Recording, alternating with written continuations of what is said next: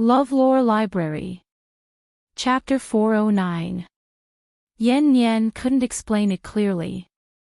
Yan Yi saw how flustered she was. He suddenly laughed out loud. How ridiculous. He had actually been deceived by this woman for more than 10 years. He spread his hands. He had personally injected Tanguo with a drug that made her special ability disappear temporarily. He had personally pushed her to the sunset base and let her suffer the pain of being studied. He finally understood why she didn't run away after recovering her special ability. She was probably desperate and didn't want to run. She had given up and no longer had any thoughts of living. He recalled how she had been cowardly and helpless when she first came to the 7th base, but still mustered up the courage to look for her fiancé. He recalled how she was clearly a rich young lady, but in order to explain to him, she had done something she didn't know how to do. She had even cooked a pot of delicious food. He recalled how he had personally pushed her into the zombie crowd for Yan Yan. When she turned back to look at him, his heart ached and he regretted it. After that, she would never pester him again, nor would she explain anything to him.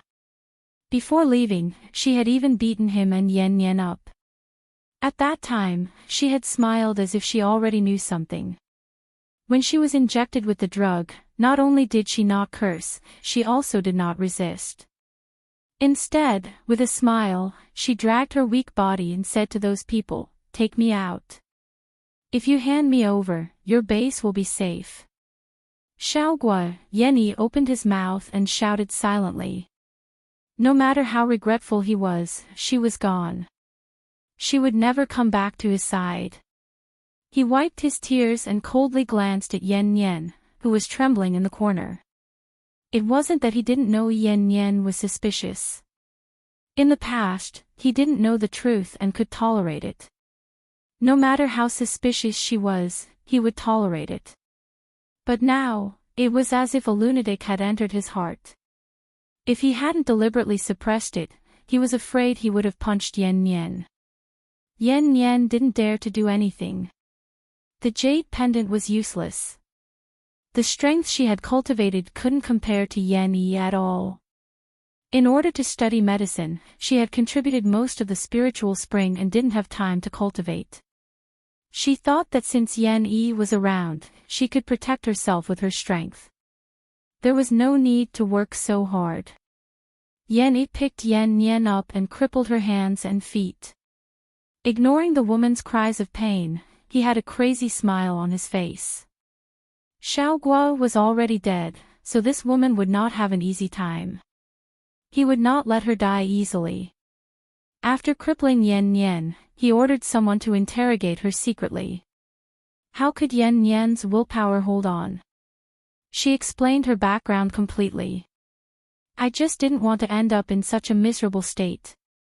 I only took her jade pendant and tricked her into going out to get the medicine. I just didn't want her to be with you. Yan Yan was in a sorry state. Really, I don't mean anything else. Didn't I never do anything to her?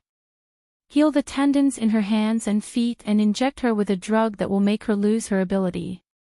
After making sure that she has no strength left, throw her out. Yan Yi ordered indifferently. He did not expect this result at all. He was actually a character from the book. Yan Yan had snatched Xiaoguo's jade pendant because her character would have a tragic ending in the future. He wanted to laugh. Of all the methods, why did she have to use this method? Originally, he and Xiaoguo should have gone through the apocalypse together, but because of Yan Yan, Xiaoguo was gone. His Xiaoguo was gone. Chapter 410. Dear host, Yan Yi has already destroyed Yan Yan's cultivation and driven her out of the Sunshine Empire, leaving her to fend for herself outside. Tanguo opened her eyes. So fast. Yes, Yan Yi must be feeling terrible now. He returned to the villa and went to the cubicle where you used to live and found the things you left behind. Tanguo smiled. I knew he would look for it. According to human nature, if he suddenly found out the truth, he would definitely go. He can't wait to go to all the places I've been and stayed. The things she left behind were none other than the bag of medicine she had taken from the pharmacy. There were more than 30 kinds of medicine, but one of the functions of each medicine was to reduce fever. When Yen-yi saw these medicines, he would definitely happily recall the incident in his villa when he had a fever. Dear host, Yen-yi was eating those expired medicines. He seemed to be quite happy eating them. He was crying and laughing while eating. He even said that the medicine dear host brought back was really delicious. The system silently wiped its sweat. This Yen-yi's taste was really heavy. He even dared to eat medicine that had been expired for more than 10 years. It had already melted and become moldy. Respect him for being a man. What's wrong with eating expired medicine? Espers have a good physique and won't die. Tangguo was in a very good mood. She lifted her long skirt and walked out. How's Yen-yen's situation now? Not very good. She was a woman without power and couldn't survive in such a world. She was especially afraid of death. In order to survive, she found an old man to follow her. That man was a hunter in the apocalypse and had a bad temper. He either hit or scolded her. Oh, being beautiful is still useful. She still has to walk the same path as the original owner. Tangguo smiled. In fact, she's a bit stupid. What do you think? Why did dear host say that? If dear host hadn't come, wouldn't Yen have succeeded? Then he thought of the so-called female lead halo. With this halo, no matter how stupid a person was, it was easy to succeed in anything. All kinds of loopholes, no matter how smart a person was, would subconsciously ignore them. If she just wants to live and change the original ending, she can just hug my thigh. As long as she doesn't have any bad thoughts, she can still survive in the apocalypse. She thought that the original owner had no sympathy and was cold. In fact, this is the end of the world, where there are no laws and restrictions. It is possible that a good heart will bring about irreversible consequences. Tangguo paused for a moment. She thinks that in a certain part of the book, the original owner did not save the old, young, women and children.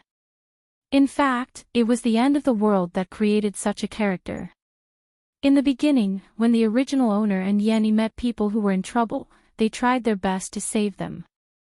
Later, because they saved a group of people, they put her in danger, and she knew the secret of the jade pendant. You said that after this lesson, would the original owner, who knew not to show sympathy, still dare to save people? Yen thinks that the original owner is selfish for not taking out the jade pendant spirit spring for research and saving the world. In fact, the original owner already knew that there was a limit to the spirit spring. Otherwise, why would there be only a few drops a day? She didn't dare to use too much for cultivation so that she could take it out when she needed it in the future. Yen's thinking is too naive. She only thought that if she contributed the spirit spring, those researchers would definitely develop a medicine. In fact, those people knew that there was a lot of spirit spring, so they weren't so careful in their research. They thought that since the spirit spring was inexhaustible, would they still cherish it? They weren't too eager to research results. Instead, they used the spirit spring to do a lot of meaningless experiments. Chapter 411. The original owner was defeated because she liked Yen too much and cared too much about relationships. If she was clear-headed, she could have completely abandoned the past and taken charge of a region to compete with Yen. No matter what the truth is, only those who are alive have a chance to surface. Only those who are alive can use time to tell the world the truth. If they die, they die. With death, all the secrets are likely to dissipate. Isn't that giving the villain an eternal chance? Tangguo stood on the city wall and stared at the orderly army below. A natural zombie king with such good conditions. Most likely, the heavens gave her a golden finger because her jade pendant was taken away by Yan Yan. She didn't seize this opportunity. It's not worth it to like someone who doesn't believe in her and doesn't like her. Unconsciously, Tangguo murmured this sentence. Gua gua. No matter what, I will always believe in you and stand by your side. I will always like you. Shicheng walked over and hugged her. Don't leave me. Tangguo turned around. Who said I'm leaving you? Shicheng stroked her beautiful face. It doesn't feel real enough. He got together with her so easily. They even got married and took charge of the entire Sunset Empire together. Aw Cheng, if you have time to imagine, why don't you exchange more gems for me? Tangguo's eyes lit up. There is a shortage of vegetables and fruits all over the world. We don't lack these at all. Recently, I especially like beautiful gems. Aw Cheng, get someone to send a message that gems can be exchanged for vegetables and fruits in the Sunset Empire. System, this host is hopeless. She liked beautiful dresses before, and now she likes gems. I don't know if she will squander the entire Sunset Empire. Okay, I'll do it right away. Shicheng kissed her lips and hugged her again. He couldn't bear to let go. I'll be back soon. The next day, the news spread all over the world. Almost all the countries that could receive the news knew that the mysterious Sunset Empire was willing to sell vegetables and fruits as long as they could produce something satisfactory. They thought it would be a lot of gold. After all, gold was the main currency at this time. There were many zombies in the Sunset Empire. Things like crystal cores had long disappeared with the appearance of the Sunset Empire. They did not know how powerful the Sunset Empire was, but they knew that offending the Sunset Empire was definitely not a good thing. What they did not expect was that the Sunset Empire's conditions were all kinds of gems and beautiful jewelry. In short, they were very interested in jewelry. Later, they found out that their zombie queen had recently taken a liking to gemstones, so they planned to sell vegetables and fruits. Similarly, the Sunshine Empire also received the news. Since Yan Yan disappeared, many people in the Sunshine Empire fell into a panic for a while, but they calmed down under Yan Yi's means. However, the gradual decrease in fruits and vegetables still worried them. Now that they could buy vegetables and fruits, they were relieved. Yan Yi also planned to use jewelry to trade. These things were meaningless to them. On this day, the Sunset Empire felt as if all the countries had come to pay their respects. The moment the people from the various countries walked into the Sunset Empire, they were all stunned. There were all kinds of sturdy and beautiful castles, rows of green paths, orderly traffic, beautiful streets, and well-dressed and clean passers-by. It was as if this was not the end of the world, but a prosperous ancient era. Chapter 4:12. The people here all had sunny smiles, and some had pale faces. It was obvious that they were zombies, but they were talking like normal people. They couldn't help but look up.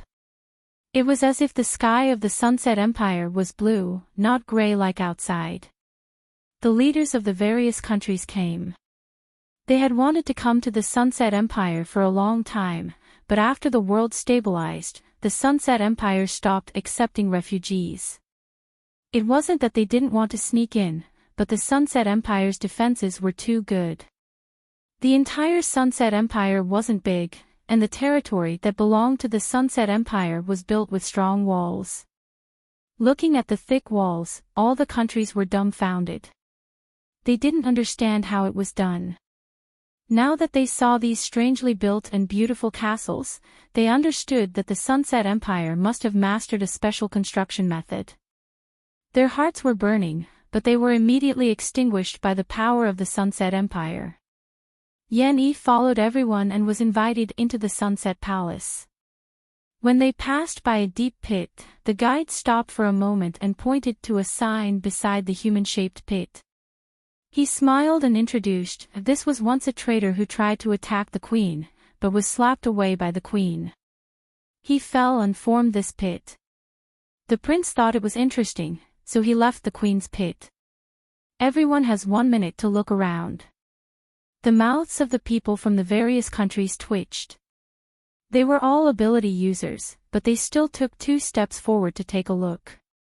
They saw the bottomless human-shaped pit, and they couldn't tell how deep it was with their eyes. How powerful was the queen? Those who originally had some petty thoughts in their hearts all put them away one after another. Yanni had already thought about how much he wanted to exchange for what he had. They all waited in the hall, staring at the throne above. When the queen and the prince appeared hand in hand, Yan Yi's expression froze. He looked at the two in disbelief. The two sat together on the throne, very close to each other. The people of the Sunset Empire heaved a sigh of relief. The queen and the prince were very polite and didn't show off their affection. They even knew to keep a distance in front of outsiders. Yan Yi's mind was in a mess. He stared at the familiar face. He wanted to rush up and ask if she was Xiao Guo. But seeing the two of them being so intimate, and considering his current identity and the other's identity, he restrained himself. Xiao Guo, was she Xiao Guo? No, how could Xiao Guo be the zombie queen? How could she be the zombie queen? She was the founder of the Sunset Empire. Are you all here to trade for vegetables and fruits? Tang Guo said softly. The familiar voice rang in Yan Yi's ears. He clenched his fists. This voice was exactly the same. However, this woman had a noble aura, and the elegance between her brows was different from Xiao Guo's. It was as if she was born to be a queen and should sit on the beautiful diamond-studded throne, looking down on all living beings. People from various countries spoke one after another, expressing their willingness to exchange gems for vegetables and fruits. They also said that they wanted to cooperate with the Sunset Empire for a long time. Of course, what they wanted more was seeds and ways to grow vegetables and fruits. Seeds. I can sell them to you. I can tell you the planting method now. Find a piece of soil, dig a hole, throw in the seeds, bury the soil, water it, and take care of it regularly. The corners of everyone's mouths twitched. Her Majesty the Queen was teasing them. Chapter 413. You don't believe me. Tang Guo supported her chin with one hand. This is how the vegetables in the Sunset Empire are grown. Do you want to come with me to observe? Everyone was moved. Tang Guo satisfied their request and brought them to the land where the vegetables were grown. When they saw the method of growing the vegetables with their own eyes, their expressions were somewhat indescribable. They completely did not expect that the soil of the Sunset Empire was the same as before the apocalypse. It was not polluted, and the survival rate of the seeds was too high. Next, you can take out your gems to exchange for vegetables and fruits with me. This time, Tang Guo couldn't help but lean on Shi Cheng's shoulder and whisper, Ah Cheng, I'll leave the business with them to you. Gems don't mean anything to them. Our vegetables and fruits are the most precious. I won't let Her Majesty suffer a loss. The two of them showed off their affection without any explanation, and the people from various countries had the urge to turn around and leave. During the trade, they realized that the people of the Sunset Empire were all dogs. They asked for a lot of gems in exchange for some vegetables and fruits. However, they had no choice but to trade. Fortunately, Her Majesty was willing to make another trade with them, which was to sell them soil. The soil that was completely unpolluted by the apocalypse was not sold by carts, but by caddies. How much was a caddy of gold? After hearing the price, countless people were speechless. Was this the legendary land worth an inch of gold? But what could they do? Buy. Even if it was more expensive than gold, they had to buy it. Not only did they have to buy it, but they also had to buy it by carts. At least with such clean soil, they could do a lot of experiments. Perhaps they could find a way to restore the polluted soil.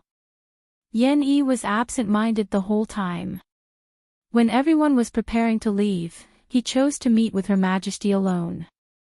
Tang Guo was not surprised, so she agreed to his request.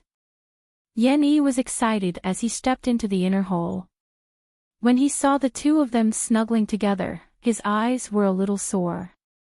"Are you Xiaoguo?" He finally could not help but ask this question. He had been holding back these days, not daring to think that this high and mighty woman in front of him was the one he had once given up.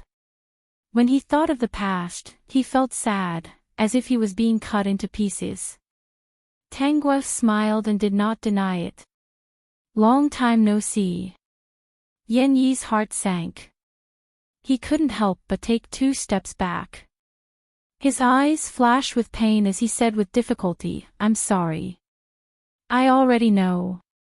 He looked up and stared at her.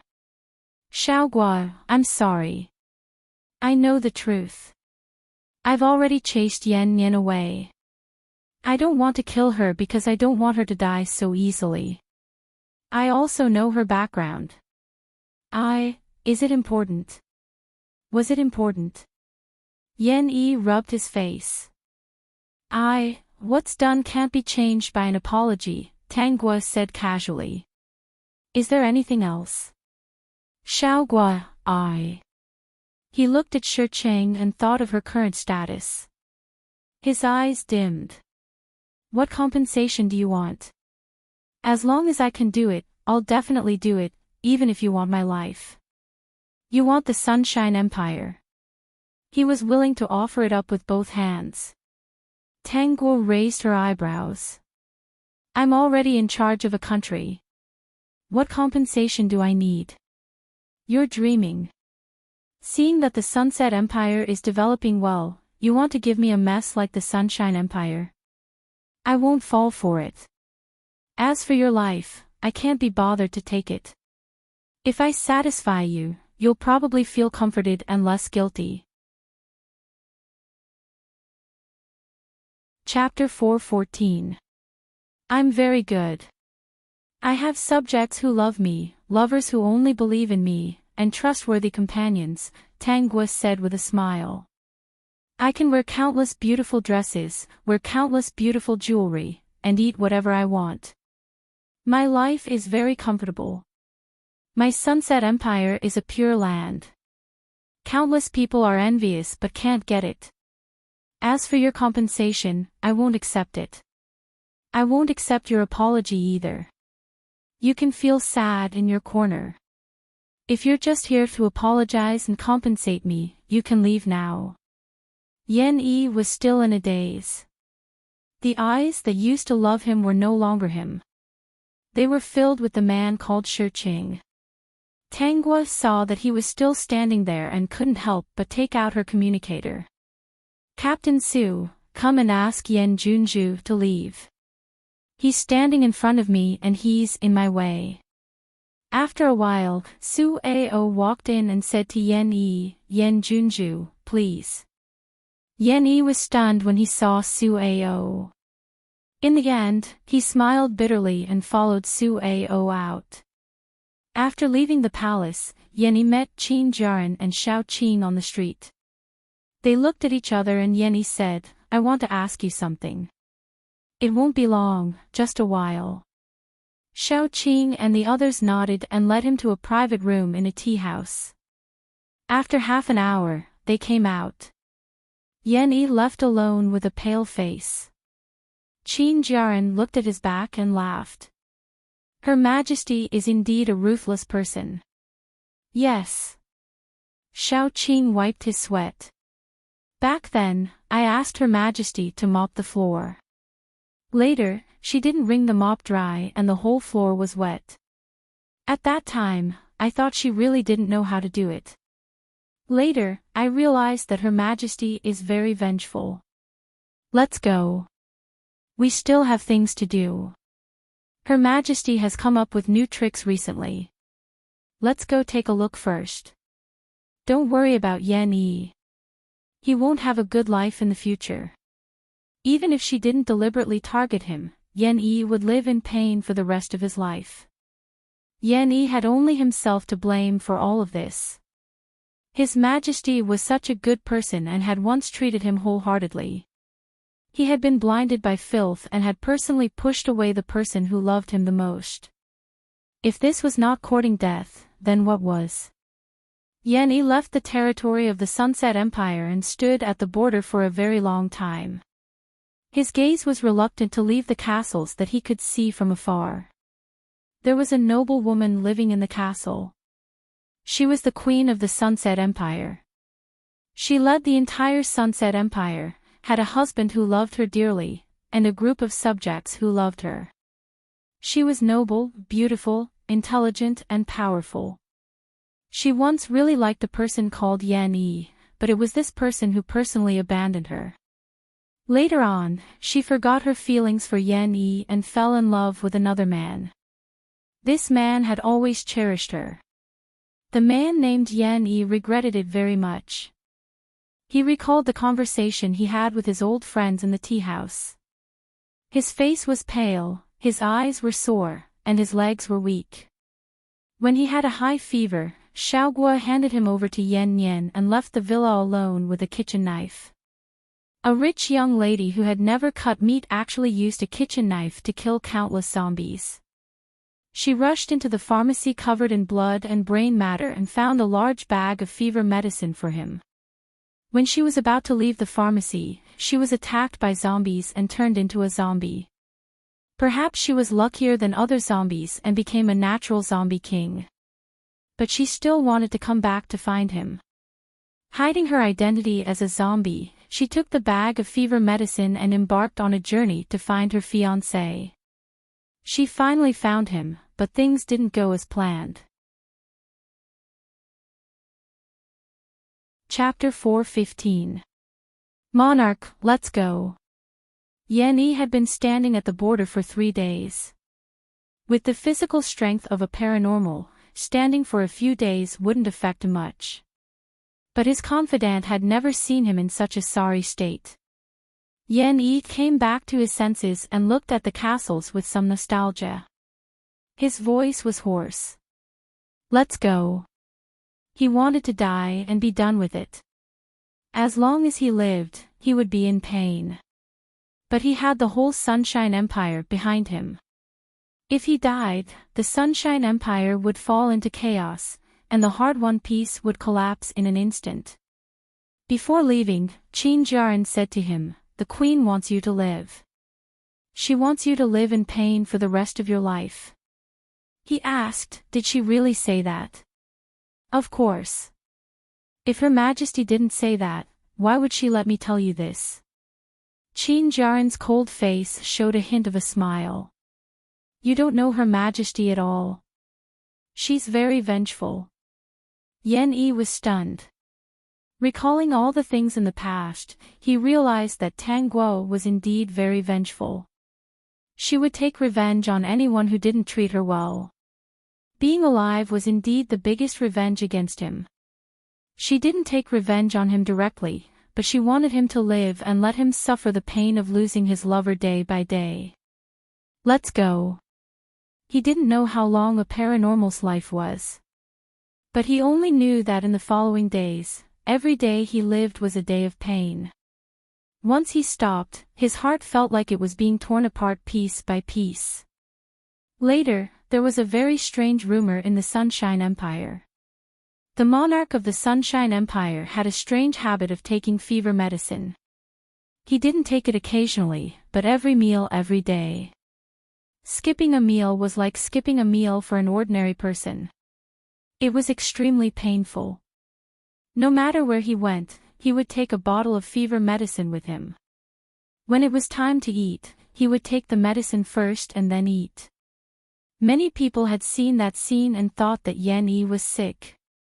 Who would take medicine for no reason, especially fever medicine? Paranormals didn't have a fever or a cold. At most, they would be injured in battle. They had never seen anyone take medicine with a smile and satisfaction on his face, as if he was tasting the most delicious food in the world. The news that Emperor Yen of the Sunshine Empire was sick had spread across the entire planet. Of course, other than this, he was still very conscientious when it came to ruling the Sunshine Empire. Those who were familiar with him knew that he was extremely busy and had no free time at all. He couldn't sleep well at night and had to rely on large amounts of medicine to control his sleep. If it was an ordinary paranormal, he would have had a mental breakdown. Unfortunately, Yen Yi was not around. A pharmacist had examined him, and the result was that his body was very healthy. He could easily live for a few hundred years. Knowing this result, Yen Yi was not happy. He could not eat or sleep well every day. Whenever he closed his eyes, he would be reminded of the past. His heart felt like it was being cut by a knife, but his body was still healthy. Sure enough, this was a punishment from the heavens. Did they want him to live in pain? The male lead's halo is indeed very powerful. Even this can make him healthy. Tang Guo was convinced. That's good too. The longer he lives, the more pain he'll suffer. Dear host, Yen Yen is coming to the Sunset Empire. As for the people that Tang Guo paid attention to, the system paid close attention to them and monitored them all the time. Oh, I almost forgot about her. The female lead's halo is quite big. She's already like this, but she can still live well. Dear host, she's not living well. Have you misunderstood something? Yen Yan's current life was worse than Yen Yan's. She didn't know what medicine Yen Yi had injected into her, but she couldn't die even if she wanted to. She was also very attractive to men. Chapter 4:16. Ever since she was chased out by Yen Yi, Yen Yen began to wander in the chaotic world. First, she was snatched back by a doomsday hunter. Later, the hunter had a conflict with someone and sent her away because he couldn't win. Just like that, she was tossed around between all kinds of men. At the beginning, she was unyielding, but now she was resigned to her fate. She didn't want to live a life worse than death, but she didn't even have the courage to commit suicide. Gradually, she learned to smile at all kinds of men and use her body to please them. She seemed to have forgotten who she was and would smile at anyone who treated her a little better. This time, she was with a businessman. Over the years, all the countries got along well with the Sunset Empire. They found that the Sunset Empire didn't intend to expand its territory, so they didn't have any ideas about it. Many countries had sent spies in, but they were all captured before they could even take a step inside and were publicly sent back to their home countries. At that time, they understood that the Sunset Empire couldn't be offended and could only be friendly. According to the businessman, the Sunset Empire was the only pure land after the apocalypse. It was a place where all the humans on the planet wanted to live. Every inch of land was really expensive. Even now, there were still countries that spent a lot of gold to buy the land from the Sunset Empire. Yes, it was the kind of land that was bought by truckloads. Yen Yen heard these legends and couldn't believe it. After the apocalypse, how could there be a paradise? The businessman was kind to her and brought her to the Sunset Empire. After walking into the gorgeous castle, Yen Yen was stunned. It was the time for the peach blossoms to bloom. The large number of peach blossoms and the fragrance of the flowers surrounded her. The people here all had gentle smiles and wore clothes that were more gorgeous and clean than many humans. She could see all kinds of green plants when she looked up. Every household had all kinds of fragrant flowers. There were small stalls on the streets selling rare fruits that she couldn't eat for a week. In the shops, there were all kinds of dresses that dazzled her. They were even better than before the apocalypse. Did the apocalypse really happen here? This place was truly a paradise. You like it here? The merchant saw Yen Yen's shock and took a deep breath. I've traveled extensively in order to move to the Sunset Empire one day. It's not easy to become a citizen of the Sunset Empire. However, Her Majesty does not reject talented people. If you want to come to the Sunset Empire, you don't have to rely on gold or resources. Her Majesty has countless treasures. Does the Sunset Empire lack resources? If you want to come here and become Her Majesty's subject, you have to rely on your brains. The merchant smiled and pointed at his head. I'm honored to be able to meet Her Majesty this time. I hope that this time, Her Majesty will see me in a new light. Yen Yen suppressed the excitement in her heart. It would be great if she could live here forever. It's so beautiful here. She revealed a shy expression. I really want to live here. The businessman brought Yen Yen to see the queen. Both the businessman and Yen Yen were very excited. Today was Her Majesty's banquet for the world's talented people. No matter who it was, as long as they could prove that they had a skill and passed the examination, they could attend. So many people came. Yen Yen had been sitting in the corner obediently until she saw someone. She couldn't help but stand up and call out, "Brother Su." Chapter 4:17. Su Ao was very familiar with this voice. Many years ago, when he heard this voice, he was very excited. Now, his reaction was normal, and there was no fluctuation in his heart. He turned around calmly and stared at the woman running over from afar. He raised his eyebrows slightly. The current Su Ao was no longer pale and didn't look like a normal person. Since advancing to level 7, he recovered his appearance and became even more handsome than before. In the Sunset Empire, countless women and female zombies went crazy for him. Yen Yen was also shocked. She didn't expect to see Su Ao here, and he was still so handsome and a little evil. "Brother Su, I'm Yen Yen." She didn't see the familiar adoration in Su Ao's eyes. That cold and expressionless look made her panic. The businessman treated her well, but he only treated her as a good-looking plaything. How could she compare to someone as handsome as Su Ao, who liked her wholeheartedly? Thinking of how well Su Ao used to treat her, she couldn't help but want to abandon the businessman immediately and be with Su Ao. She didn't want to live the past few years anymore. "I know," Su Ao said calmly. He saw the flicker in Yen Yen's eyes clearly and sneered in his heart. He must have been blind in the past. Yen Yen stepped forward and grabbed Su Ao's hand. "Brother Su, General Su, the banquet is about to start." A voice interrupted Yen Yen. She felt that the voice was somewhat familiar and couldn't help but look back. She was stunned again and murmured, Mengjing." Mengjing raised his eyebrows slightly and glanced at Yen Yen. Then he seemed to recall something and a sly smile appeared on his lips. "So it's you."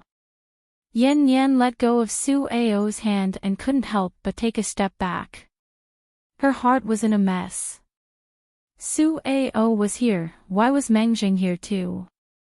Wasn't Mengjing bitten by a zombie and turned into a zombie? Who was Mengjing? Mengjing was the original owner's boyfriend. When she transmigrated, Mengjing was fighting with zombies to protect the original owner.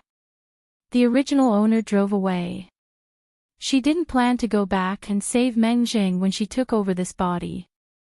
According to the book she read, after Mengjing turned into a zombie, there was no follow-up. How could she take the risk to save someone who was going to die anyway? Su Ao and Mengjing looked at each other and couldn't help but smile. What a coincidence. They were both blind once. Speaking of which, both of them knew each other. Mengjing's father was the richest man in the province, and he was a high-profile second-generation heir. Su Ao's father was also a tycoon, but he kept a low profile and no one knew his true identity. Both of them liked Yen Yen at the same time, and Yen Yen chose Mengjing in the end. When the apocalypse came, Meng Jing drove away the zombies to protect Yan Yan. He didn't expect Yan Yan to turn around and drive away. The food factory that Su Ao was in happened to be his family's food factory, and the zombies broke out at that time.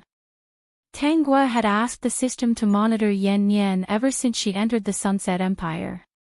She also saw this scene and couldn't help laughing. Is this the legendary Azura Arena? Interesting. System, he didn't believe that the host didn't know Meng Zheng was Yan Yan's boyfriend. Even if the plot only mentioned a name, the host would never miss it.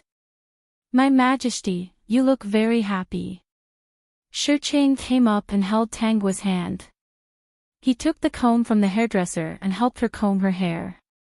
Then he picked up the eyebrow pencil and helped her draw her eyebrows.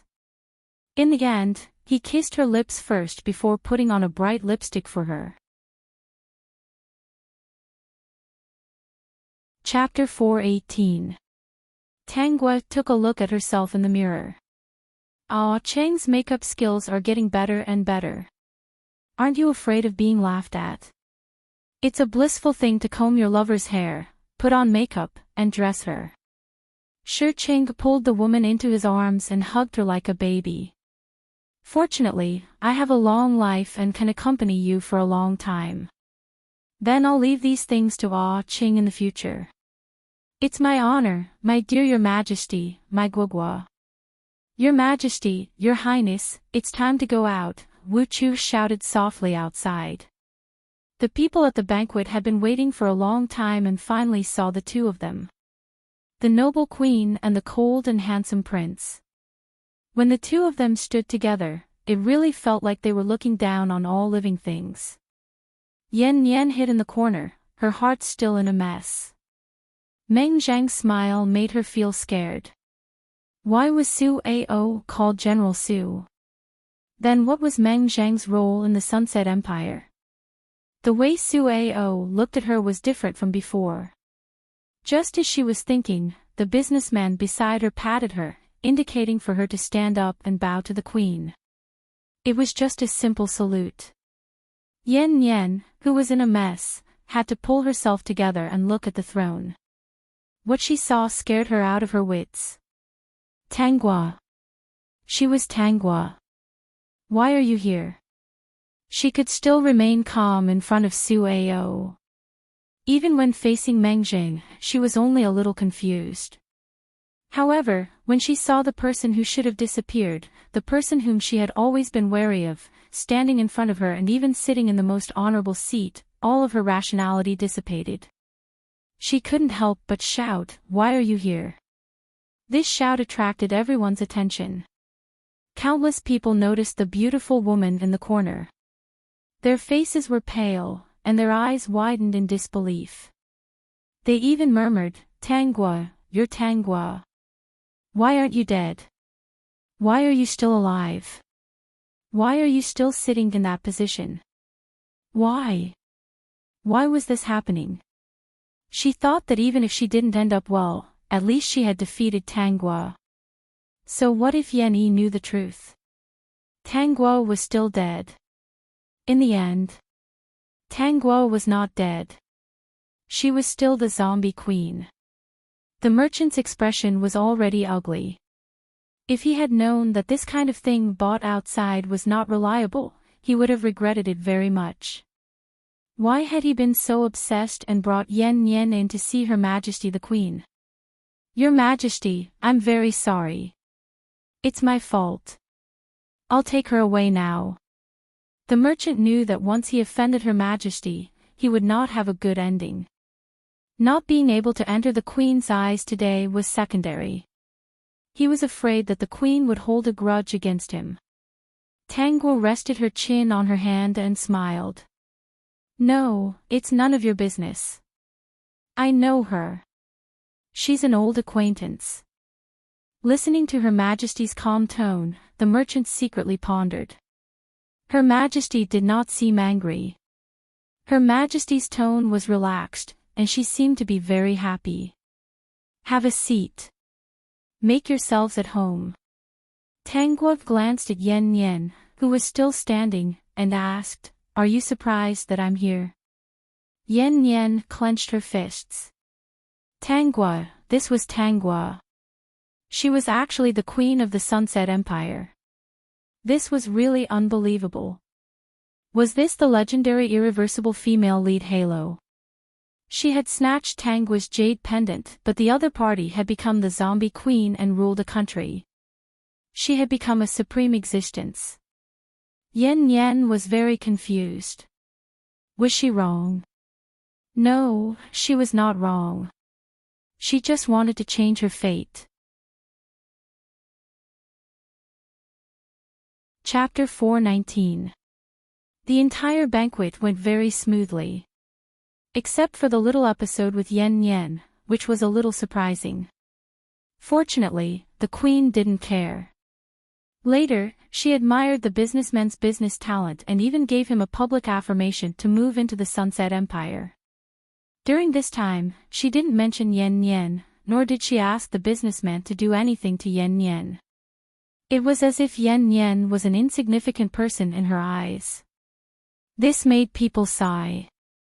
No one could compare to the queen's magnanimity. System, haha. Qin Jiaran, ha ha ha. Shao Qing, ha ha ha, how funny. Does the queen have magnanimity? After the banquet, Shi Qing led his beloved queen back. Before leaving, he glanced at the distracted Yen Yen and smiled.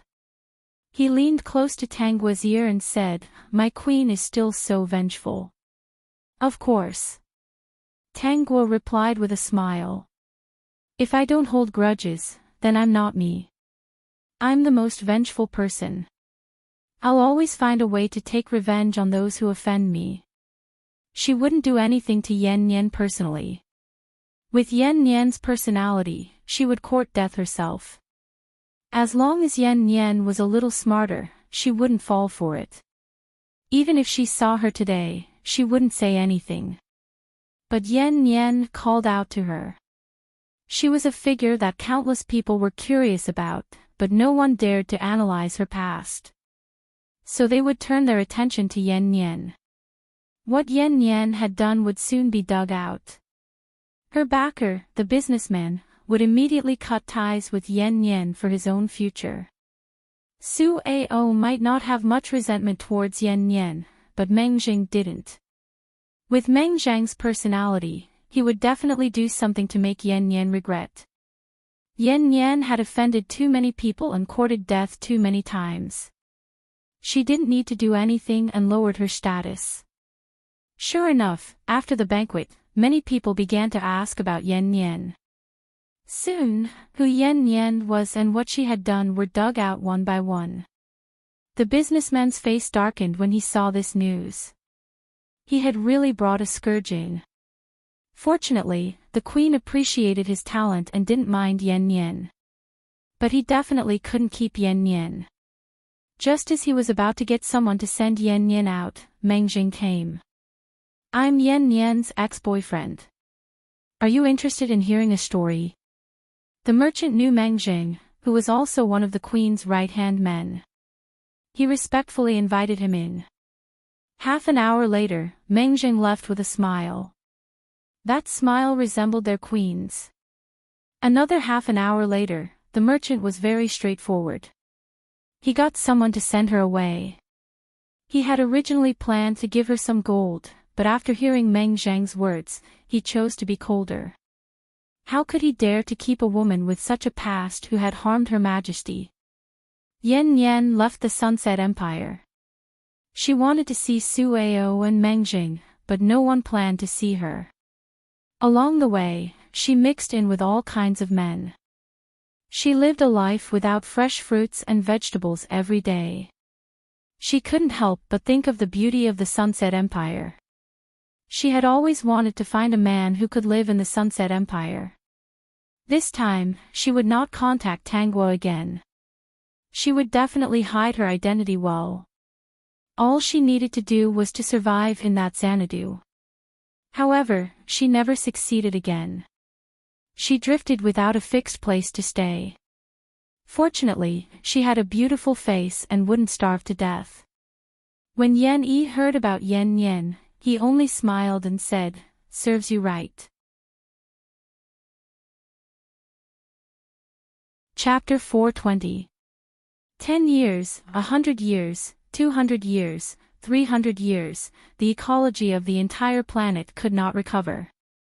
Through people's efforts, they quickly adapted to such an environment. However, on this planet, there was still a pure land that countless people wanted to squeeze into, and that was the Sunset Empire. Many countries were expanding, but only the Sunset Empire maintained its original size. Even so, no country dared to do anything to the Sunset Empire. The zombies in the Sunset Empire had all evolved. It was impossible to tell whether they were zombies or humans from their appearance.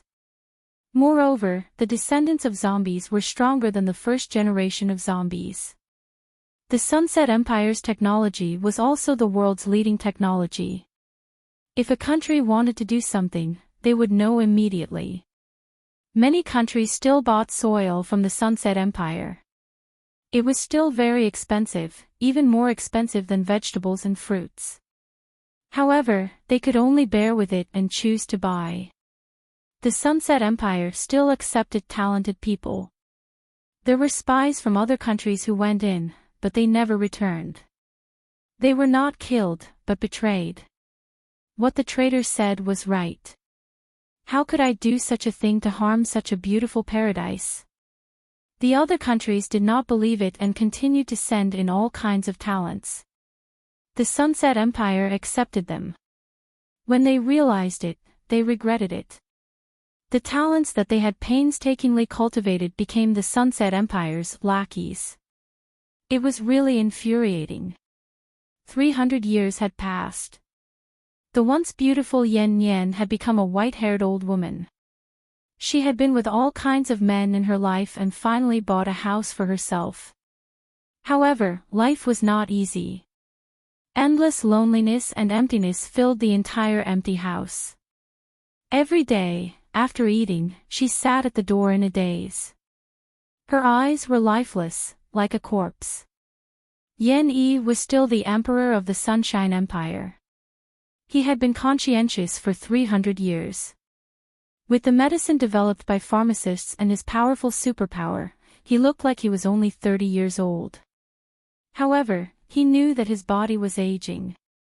Every day, after he was done with his work, he would look in a certain direction for half a day. He still maintained it. He took some fever medicine for every meal. He always felt that it was the most delicious food. His staple food for every meal was rice and flour paste cooked with rice and flour. However, no matter how good the chef was, he could not make the same taste as he had eaten before. In the palace of the Sunset Empire, Shi Cheng was lying on the luxurious bed, holding Tangua's hand tightly.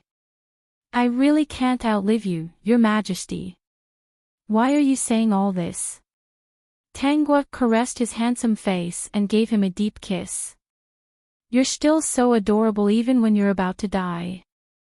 Shi Cheng was amused.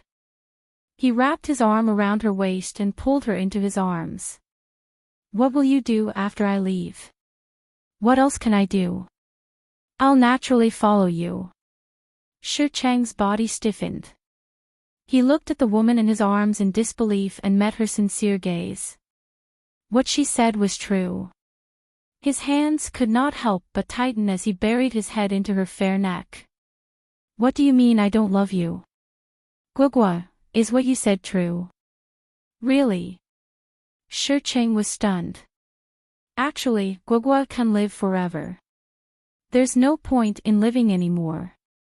You still have the entire Sunset Empire." Tangua smiled. "That was just a whim. Without me, they can already protect this pure land." "What a whim."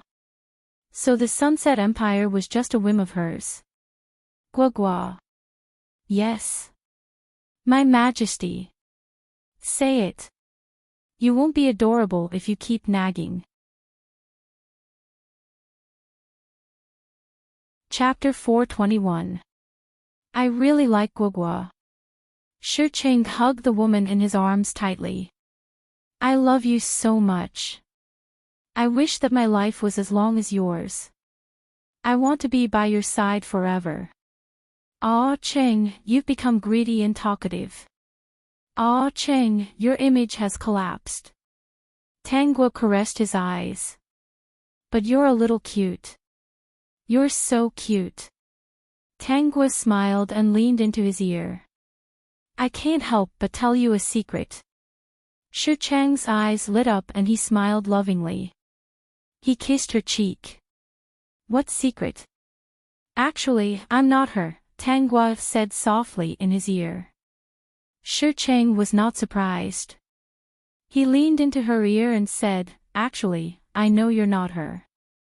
The two of them looked into each other's eyes and smiled at the same time. There was no need to say anything else. They both understood. For the entire day and night, Shicheng did not close his eyes.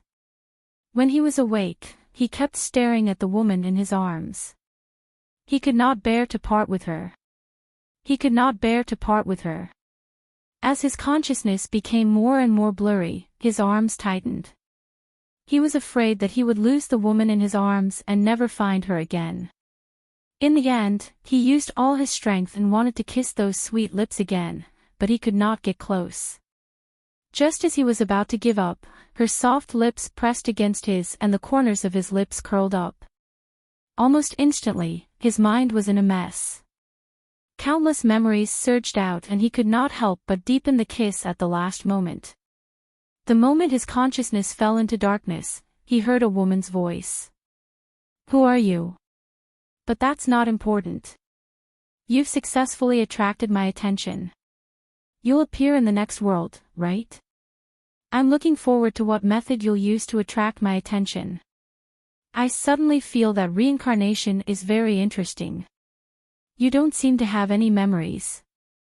Most of the time, you can't help but court death. Fortunately, I'm a benevolent and vengeful person. I'll take revenge on whoever offends me. I won't leave them for the next world. He smiled helplessly in his heart. He could not say who he was, nor did he dare to say it. He had made a fatal mistake. He did not know if he would be beaten to death the day she regained her memories. He was not afraid of death. He was only afraid that she would turn around and leave without looking at him. Ah Guogua was very vengeful. Dear host, what did you discover? The system asked weakly. Tangua gently caressed the man's face and chuckled. A familiar soul fluctuation. Every time he dies, there will be a very familiar soul fluctuation. I guess he should have memories at that time. Did the host mean that he, Shicheng, was the same person as those people from before? Based on my observations, it should be so.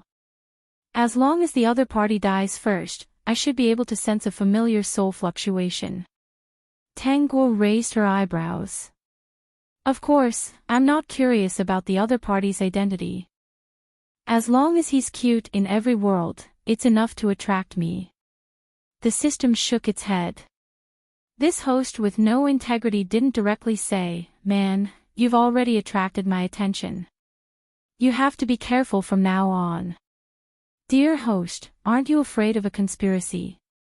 Conspiracy. How can conspiracies be more important than having fun? This person is quite cute. He, who has no memories in every world, gives me pure love. I like him very much. As for conspiracies, we'll talk about them when I expose them. System, he understood. What you meant was that no matter what kind of conspiracy you had, he should first fall in love, enjoy, and let himself feel good before anything else. TSK, what a dog of a host. Chapter 422. Within a day, the news that the zombie queen had sacrificed herself for Prince Shicheng spread across the entire planet. Countless people were stunned when they heard the news. They couldn't believe it. The zombie queen had sacrificed herself for love. She hadn't asked anyone to prepare for it. She was too willful. No, she was a willful person to begin with. She was so powerful and had lived for at least 1,000 years. What kind of love could make her give up her life? When Yan Yi heard this news, his entire person collapsed. Had she sacrificed herself for Shurching? His eyes were red and he covered his face in pain. If he hadn't asked for it, he would have been the one who had received such pure love. Monarch, people from the Sunset Empire are here. Invite them in. Yan Yi wiped the tears off his face and saw the people from the Sunset Empire. It was none other than Qin Jiaran. She handed a bottle of medicine to Yan Yi and said coldly, "His Majesty asked me to give this to you before he left. He wants you to take it." Yan Yi took the medicine bottle. He didn't ask what it was. Even if it was poison, he could eat it now. "I've given it to you. I'm leaving." Qin Jiaran turned to leave. Yan Yi hurriedly shouted, "Did she have any message for me?" "No." How could Her Majesty leave a message for an unimportant person? The prince was so annoying. He actually made Her Majesty abandon them. Yan Yi watched Qin Jiaran leave in disappointment. He clenched the medicine bottle and put it away. He quickly arranged all the matters in the Sunshine Empire. At night, he swallowed the light yellow pill in the bottle. He thought it was poison. He didn't expect the pill to be even more poisonous. It was a dream that he seemed to have experienced with his own eyes. There was him, Tanggua, and Yan Yan in the dream. But the Tanggua in the dream was different from the one he had experienced. She had been sliced up by the people of the Sunset Empire, but her strong recovery ability had allowed her to survive. Later, she had been released by Shurching. She had been living among the zombies and hadn't created a zombie empire. When he was in danger, she was the one who saved him again. Many years later, the Sunshine Base had developed a drug to kill zombies. They had surrounded the last zombie mountain. He was the one who shot her in the head, and she faced him with a relieved smile, as if she didn't want to live anymore. He would never know that she was innocent. In the end, Shurching tried to stop him, but he still tried to kill her. Ironically, he had been in love with Yan Yan for a lifetime. What a joke. A golden millet dream, a dream of the past and present. When Yan Yi woke up, his face was already covered in tears. He looked at the rising sun, but he didn't feel the slightest bit of warmth. He only felt cold all over. The system was speechless as it sensed its host's joyful mood. It had never seen its host lying in a heavenly spring and humming a tune. It was really seeing a ghost. But seeing his energy value rising, he couldn't help but hum along. It was quite happy. The host was happy, so it leveled up. "Nyang nyang, is the temperature of the water suitable?" Tanggua shuddered when she heard a soft voice. She opened her eyes slightly and found that she was in the wooden tub. There was a layer of red rose petals floating on the surface of the water in the tub. It was really comfortable to soak in the warm water. She didn't care about her identity now. She narrowed her eyes and smiled. Not bad. She looked like a queen, and the maids behind her didn't notice anything strange. While the maids were watering her, she began to read the plot of this world and accept the memories. Chapter 423. This body's identity was the great general's daughter, the current imperial concubine of the heavenly Qin kingdom, the most respected woman in the imperial harem. The Empress Dowager had pursued the previous emperor after his death. The new emperor did not appoint an empress, so her status was naturally the highest. Everyone in the heavenly Qin kingdom knew that the imperial concubine was very favored. The emperor doted on the imperial concubine's body and promised to serve her after she reached marriageable age. When she reached the 15th, her health was still not good. The emperor said that he would wait another year, afraid that it would harm the imperial concubine's body too early. Yesterday, she had just turned 16, so the matter of serving her in bed could not be avoided. Everyone thought that the emperor loved her, doted on her, and doted on her. For her, he abandoned the entire harem and had to let her serve him in bed before he went to visit the other concubines. However, the truth was often very cruel, so cruel that it broke one's heart. Xianyuan Mo was unwilling to summon the original owner to bed because he already had a white moonlight in his heart. This white moonlight was also in the palace. Now that the court was complicated, there were many women in the harem. In the beginning, he had the excuse that the imperial concubine's health was not good, so he had to wait until the imperial concubine was of age before serving her. He did not have to visit those women. Later on, when the imperial concubine grew up, he had no choice but to visit the women in the harem.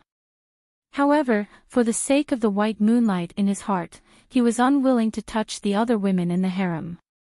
As for the original owner, the imperial concubine, he was unwilling to touch her. He believed that the love between him and the white moonlight should be pure and flawless. There should be no third party interfering. It sounded like a person who was infatuated. However, he was also a cruel person. Today, the imperial concubine still wanted to serve him in bed, but the person who came was not him, but his twin brother, Xianyuan Mia.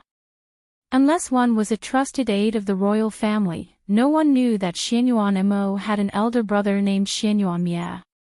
The late emperor and empress were unwilling to give up any of their children, so they left Xianyuan Mo as the heir on the surface. Xianyuan Mia was conferred the title of Hidden Emperor by the late emperor and protected the heavenly Qin kingdom in the dark. Both sides restrained each other and could not use any means to obtain the power in their hands. In other words, Xianyuan Mia could not usurp the throne, and Xianyuan Mo could not kill Xianyuan Mia. Although the two of them had their own thoughts, their relationship was not bad. At least in the entire royal family, they were the closest. For the sake of his white moonlight, and also for her and her family to grow as soon as possible, Xianyuan Mo could only set up a target in the harem. This target was the original owner, the current Tanghua. He asked Xianyuan Mia to help him with this. From now on, he would go to the imperial concubine on his behalf every night. During the day, he would hold the imperial concubine high and mighty and only pamper her, making everyone think that the imperial concubine was the most favored woman in the imperial harem. In fact, he secretly doted on his white moonlight and Ningxiang more. When Xianyuan Mo was young, he was playful. Once, he left the palace and avoided the palace servants to play in the water. He accidentally fell into the river and was saved by a little girl. In his confusion, he only saw the delicate sachet on the little girl's waist.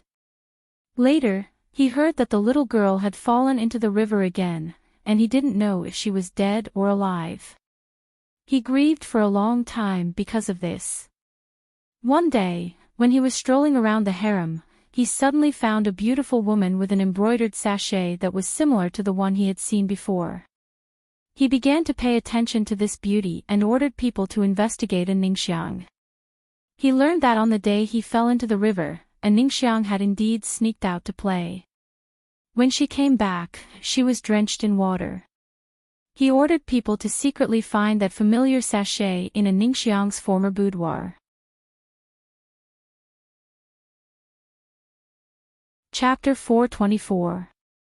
He firmly believed that an Ningxiang was the one who saved him. The Yin family was too weak, and an Ningxiang was just a small beauty. If he doted on her too much, she would definitely be targeted by everyone. So before an Ningxiang and the Yin family grew up, he needed the previous host as a target. Moreover, this target couldn't fall before her value was squeezed dry.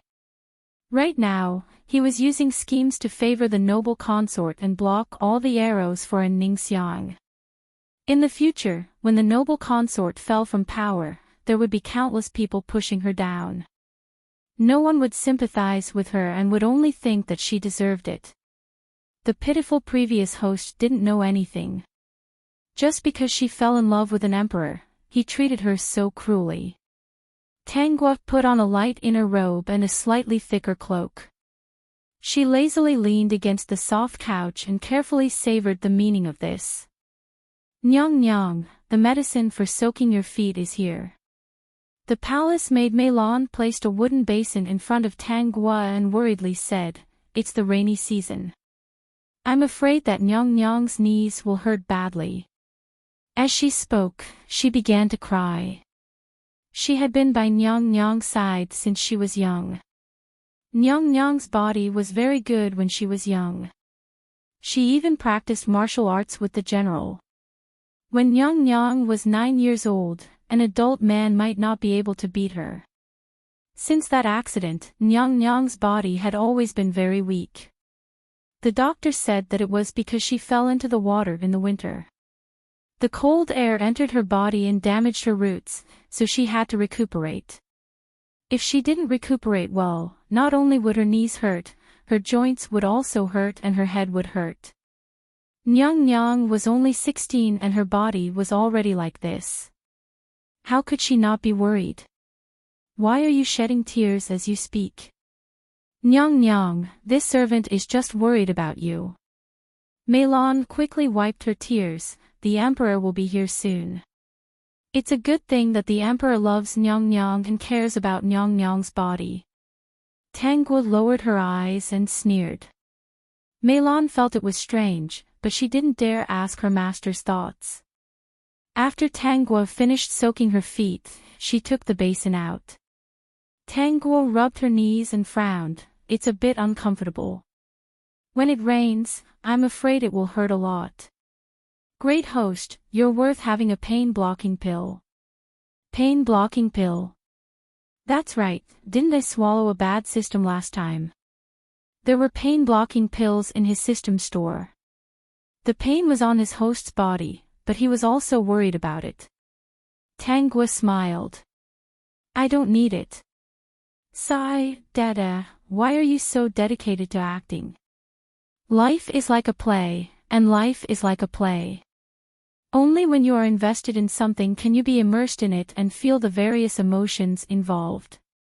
Physical pain is nothing. Today, I only have pain in my knees. Some people will have pain everywhere tomorrow. All right, I forgot that Madam Host is someone who is destined for great things. Let him first light a candle for Xianyuan Mo and silently pray for his pain everywhere.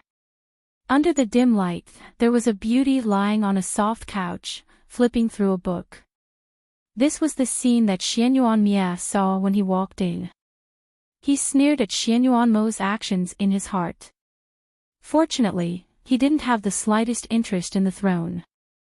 Otherwise, his stupid younger brother might have been killed by him. He came here because he promised Xianyuan Mo, but he didn't really plan to do anything with this imperial concubine.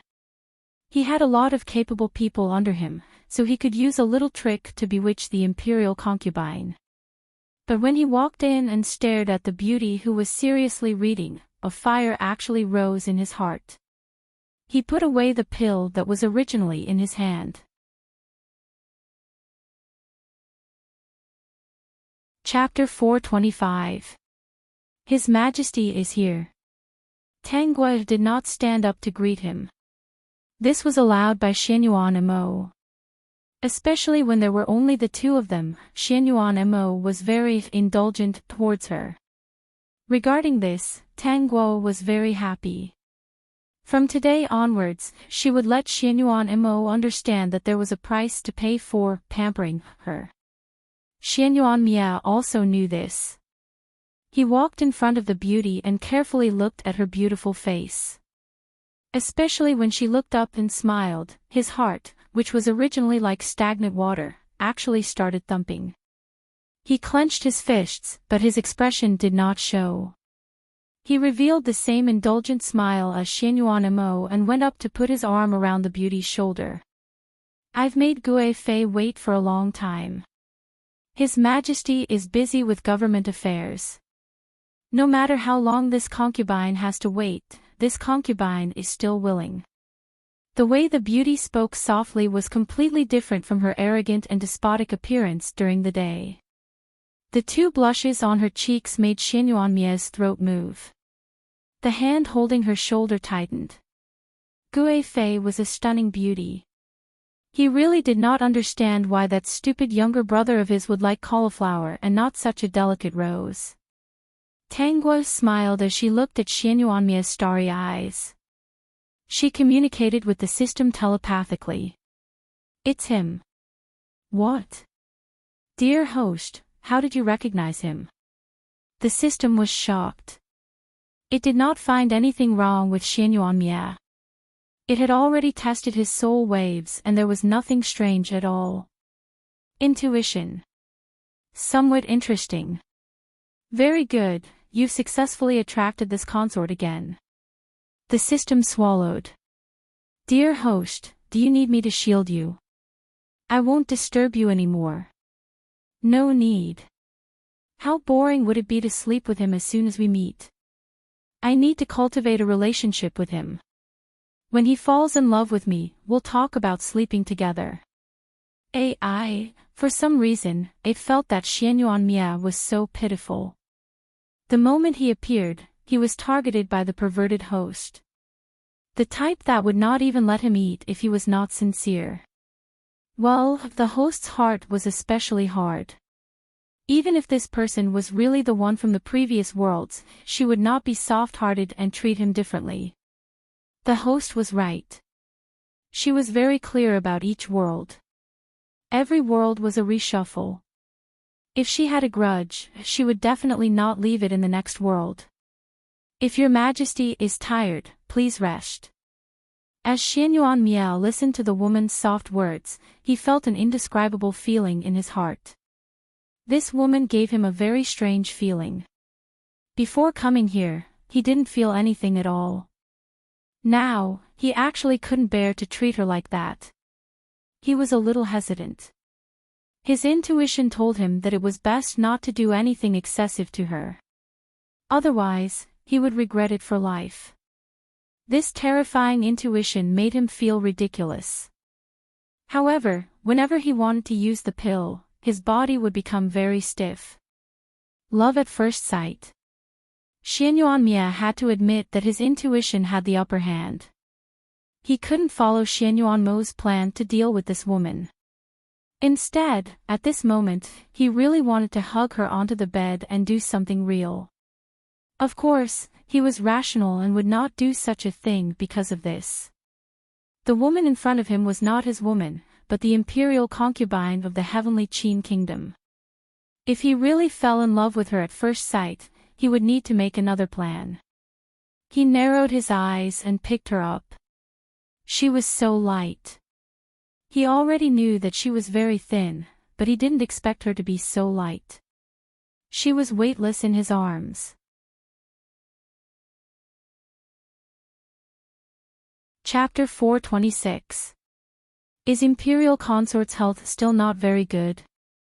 Xian Yuanmie held the woman in his arms and did not do anything excessive. Just holding her like this made him feel satisfied. What kind of charm did this woman have that even he was mesmerized? I've never been well. When I was young, I was playful and fell into the water. The cold air entered my body and my knees hurt when it rained. Father spent a lot of money to find tonics for me, but it was useless. The doctor said that I could only take care of it. As they spoke, a gust of wind blew in from outside. Before the two of them could react, raindrops began to fall. Xian Yuanmie was stunned. He looked at the woman in his arms and saw that she was in pain. Her body was still trembling slightly in his arms, and his heart could not help but ache. Your knees hurt? Xian Yuanmie asked. Tang Guo nodded. When she looked up, there were still some tears in her eyes. His heart tightened. Does it hurt a lot? She bit her lip. After a while, she said, I felt that my knees were uncomfortable earlier. So it's because it's going to rain. It'll be fine in a few days. Your Majesty, I'm afraid I won't be able to serve you tonight. She looked guilty. I always let your Majesty accommodate this concubine. This concubine feels guilty.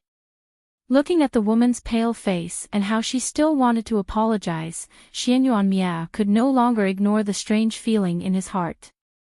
Love at first sight, this should be it. The funny thing was that this woman really thought that Xianyuan was good to her. She really was a naive and foolish woman.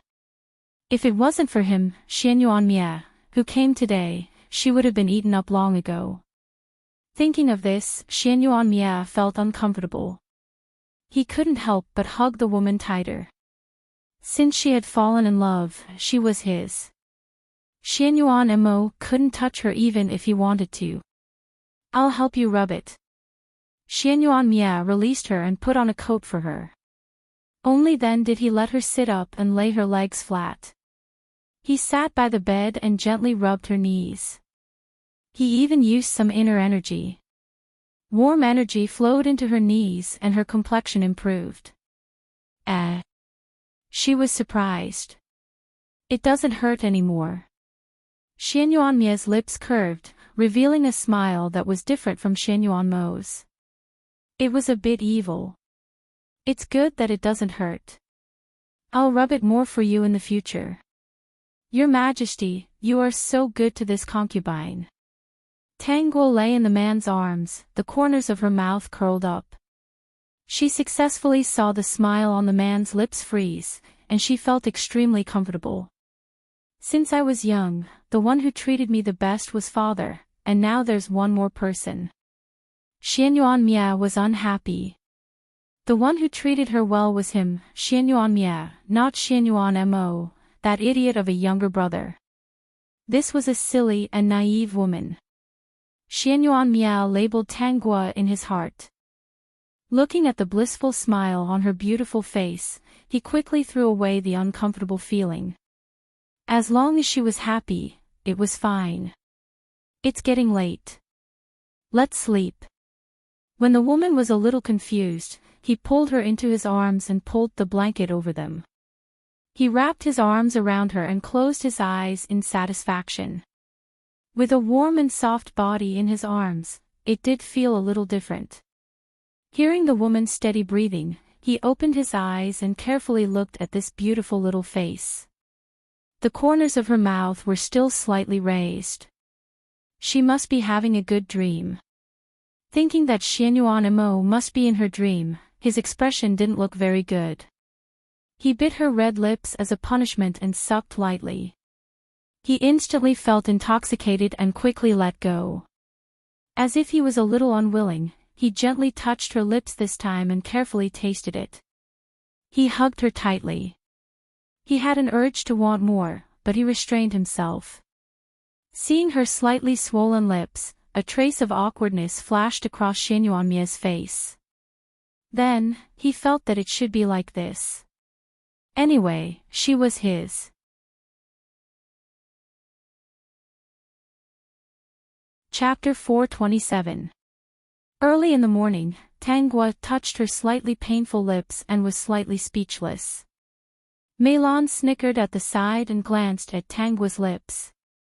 She carefully avoided the areas with wounds and added makeup for her.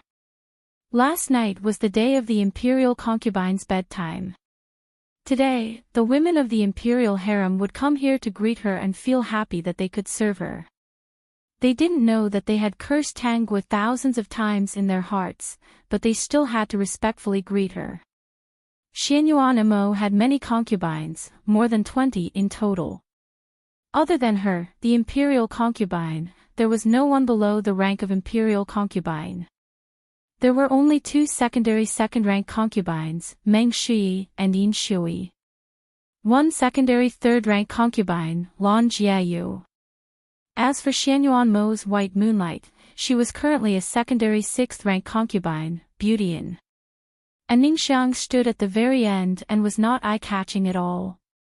Her appearance could only be considered delicate and pretty. Her clothes were not eye-catching, the colors were dull, there were few accessories on her head, and her makeup was also light. Even those of the same rank as her didn't take her seriously.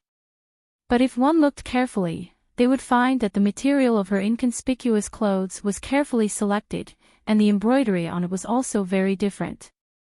At first glance, people didn't care, but after a few more glances, it was very attractive. Especially a Ningxiang's gentle temperament, it was enough to attract men's attention. This concubine greets the imperial concubine. All the concubines paid their respects.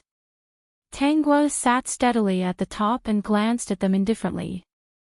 She didn't give them a show of strength or anything, only saying, "Rise." Those who could sit sat in their own seats and congratulated the imperial concubine one after another. Tanggua didn't care about these people, and her peripheral vision kept on looking at Ningxiang's face.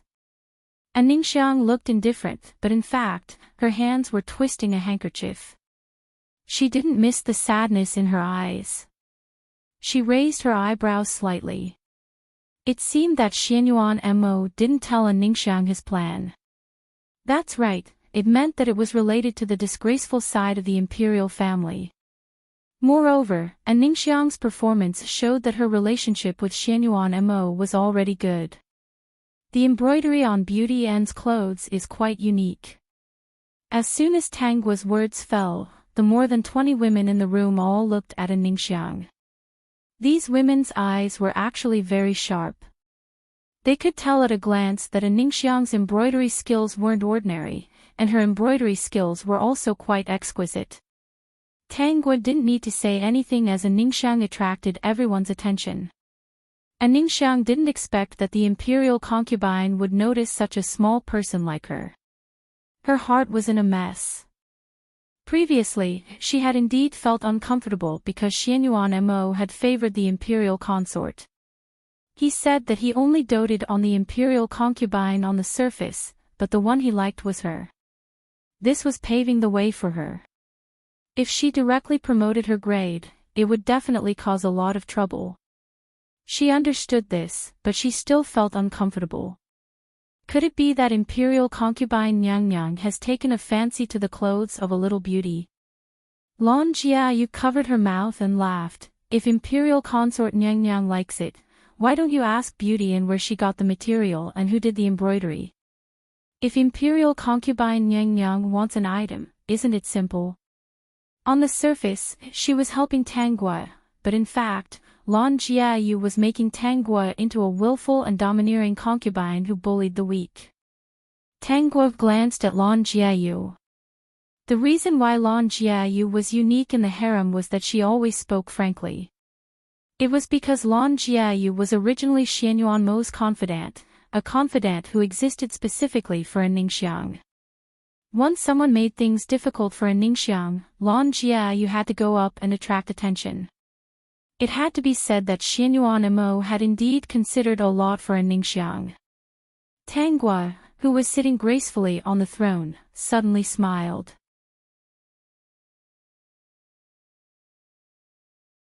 Chapter 428. Lan Jiayu also thinks that the embroidery is unique. Of course. Tanggua smiled, you also like it. Lan Jiayu didn't doubt her and straightforwardly said, of course this concubine likes it. I believe that all the Jie and Mimi present, there isn't a single person who doesn't like it. Oh, Tanggua swept her eyes over all the imperial concubines present and asked, do all the Mimi also like it? All the imperial concubines looked at each other and replied in unison, of course we like it. I didn't expect that all of you would like it just because this concubine mentioned that it was beautiful. Tanggua had a light smile on her face. It was truly a smile that could charm hundreds of people. Actually, this concubine only thinks that it's unique and doesn't really want it. This concubine has too many things. This little embroidery just made this concubine a little curious. As she spoke, she pointed around to let the imperial concubines see the decorations in her room. She then waved the handkerchief in her hand. The embroidery on my handkerchief isn't any worse than that. All the imperial concubines were speechless. This Gui Fei Nyang was truly becoming more and more undisciplined. Was she showing off how many treasures she had in front of them? However, it really was infuriating. Since Mimi likes it, I can't say anything, especially Lan Jiayu. Tanggua's gaze landed on Lan Jiayu as she said softly, since Lan Jiayu and all the Mimi like it, Lan Jiayu's suggestion just now wasn't bad. She turned her gaze to Ning Xiang. Beautyin, did you hear what Lan Jiayu said just now? What did she say? And Ning Xiang was still a little confused. She didn't understand what she meant. Beautyin. This concubine is here. And Ning Xiang felt that something wasn't right and a chill ran down her spine. Tanggua smiled faintly. Lan Jiayu and all the Mimi have taken a liking to your embroidery and material. They were asking where you got it from. Without waiting for Ning Xiang to speak, she yawned. This concubine's body isn't very good and needs to go back to rest. I'll just leave Beautyin here to talk to Lan Jiayu about the material and embroidery. Originally, this kind of thing shouldn't be left to Beautyin, but since Lan Jiayu has already mentioned it, this concubine can't give her face and can only wrong you. After that, regardless of Lan Jiayu's surprised look, Tanggua was supported by Mei Lan and left unsteadily. That's right, if Lan Jiayu obtains the new material and special embroidery, you must wear it for this consort to take a look. This consort is also very curious if Lan Jiayu will become more beautiful wearing this kind of embroidery.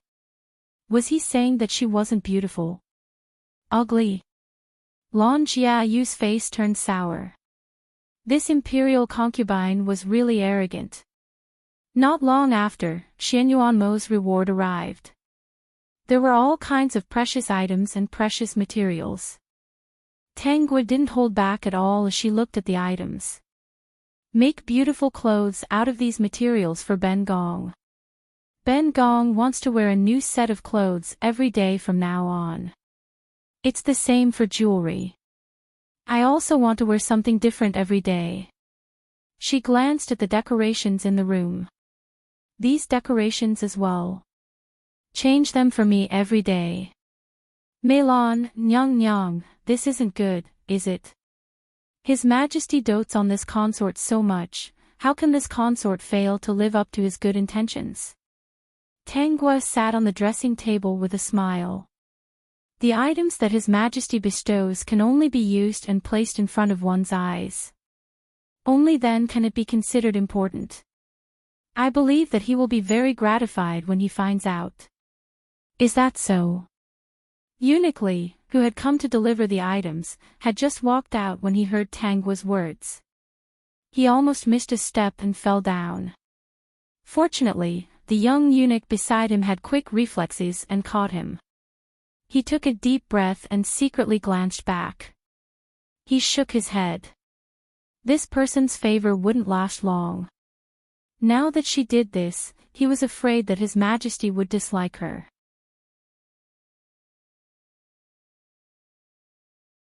Chapter 429.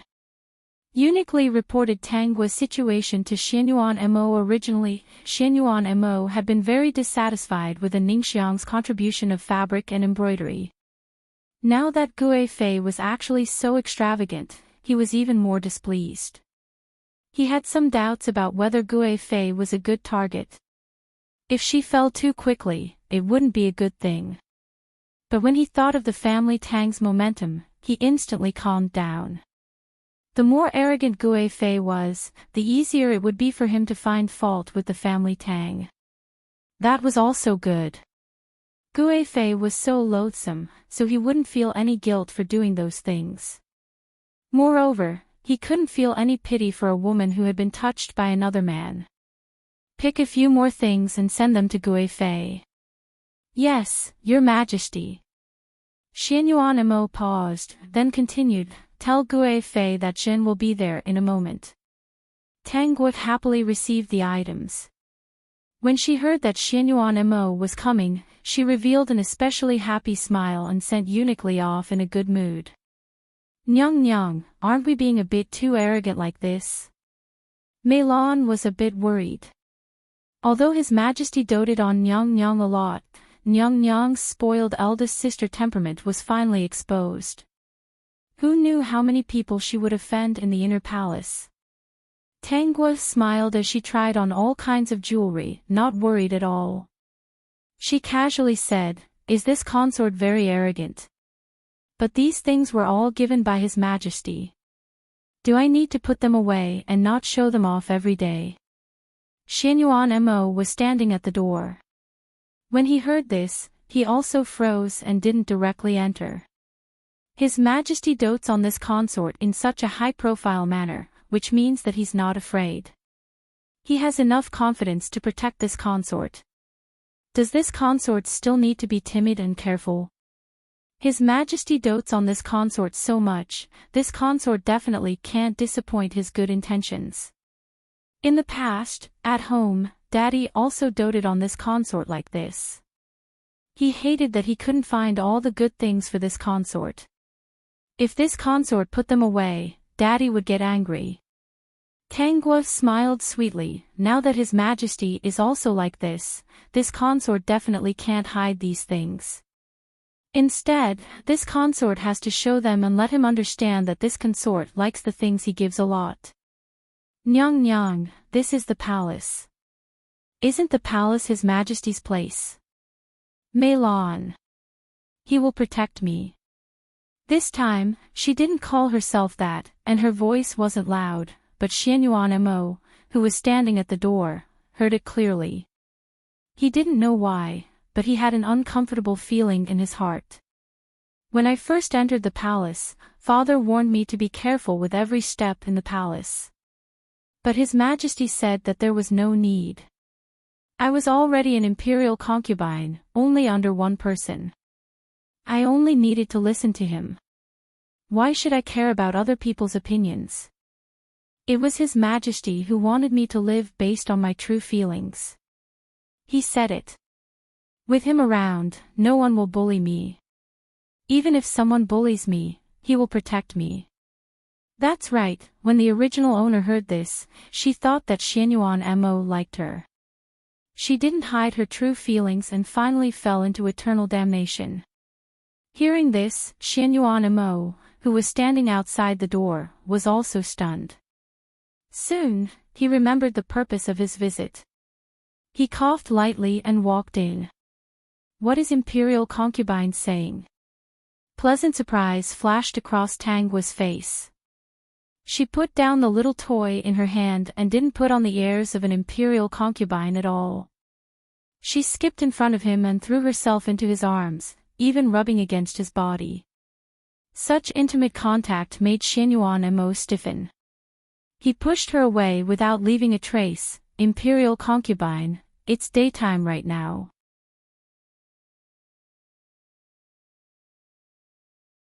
Chapter 430. Ah Mo, there's no one. She gave Meilong a look and said quietly, Uniquely said that Ah Mo was coming, so I let them all go out. No one will see. I've asked someone to make your favorite lotus seed soup for you. Tangua brought the lotus seed soup to Xianyuan Mo. Ah Mo came at the right time. It's been cooling here for a while. Xianyuan Mo held the lotus seed soup, and there was an indescribable complexity in his heart. Looking at the woman in front of him with a bright smile and an expectant look, he moved the spoon and ate it in one bite. Surprisingly, it tasted very good. Is it good? She asked expectantly. It's good. Her eyes curved into crescents. That's great. If Mo wants to eat anything in the future, come to my place. I'll prepare it for you. Xianyuan Mo originally didn't have much of an appetite. Lotus seed soup was originally a sweet food and shouldn't be appetizing. But the taste of this lotus seed soup really couldn't be compared to the imperial chef's. Unknowingly, he finished it. Looking at the empty bowl, he was a little stunned. Tangua reached out and wiped the corners of his mouth with a handkerchief. It's good, right? I knew that Mo would definitely like it. Her eyes were twinkling like the brightest galaxy. Xianyuan Mo couldn't find any impurities in this pair of bright eyes. This kind of recognition made him feel a little uncomfortable and he didn't want to stay here any longer. The chef here is really good. Jin wants to snatch it away. Tanggua smiled brightly. Everything in this palace belongs to Mo, but I won't give this chef to you. In the future, Mo can come here every day to eat.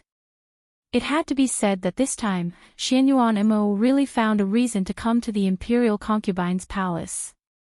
The food here was really good.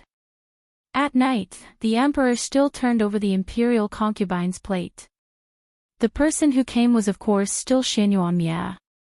Xianyuan Mia hugged the woman's waist and felt a little satisfied. Thinking of the news he received during the day, he didn't feel too good. Imperial concubine, Jin wants to eat lotus seed soup. Xianyuan Mia's face was stiff. Why only prepared lotus seed soup for that stupid younger brother? He had been craving it all day and thought that there would be something to eat. In the end, there was only a cup of hot tea. Tanggua froze for a moment. Your Majesty, didn't you say that it's not appropriate to eat at night? My habits have changed. In the future, prepare more food. I especially like to eat at night.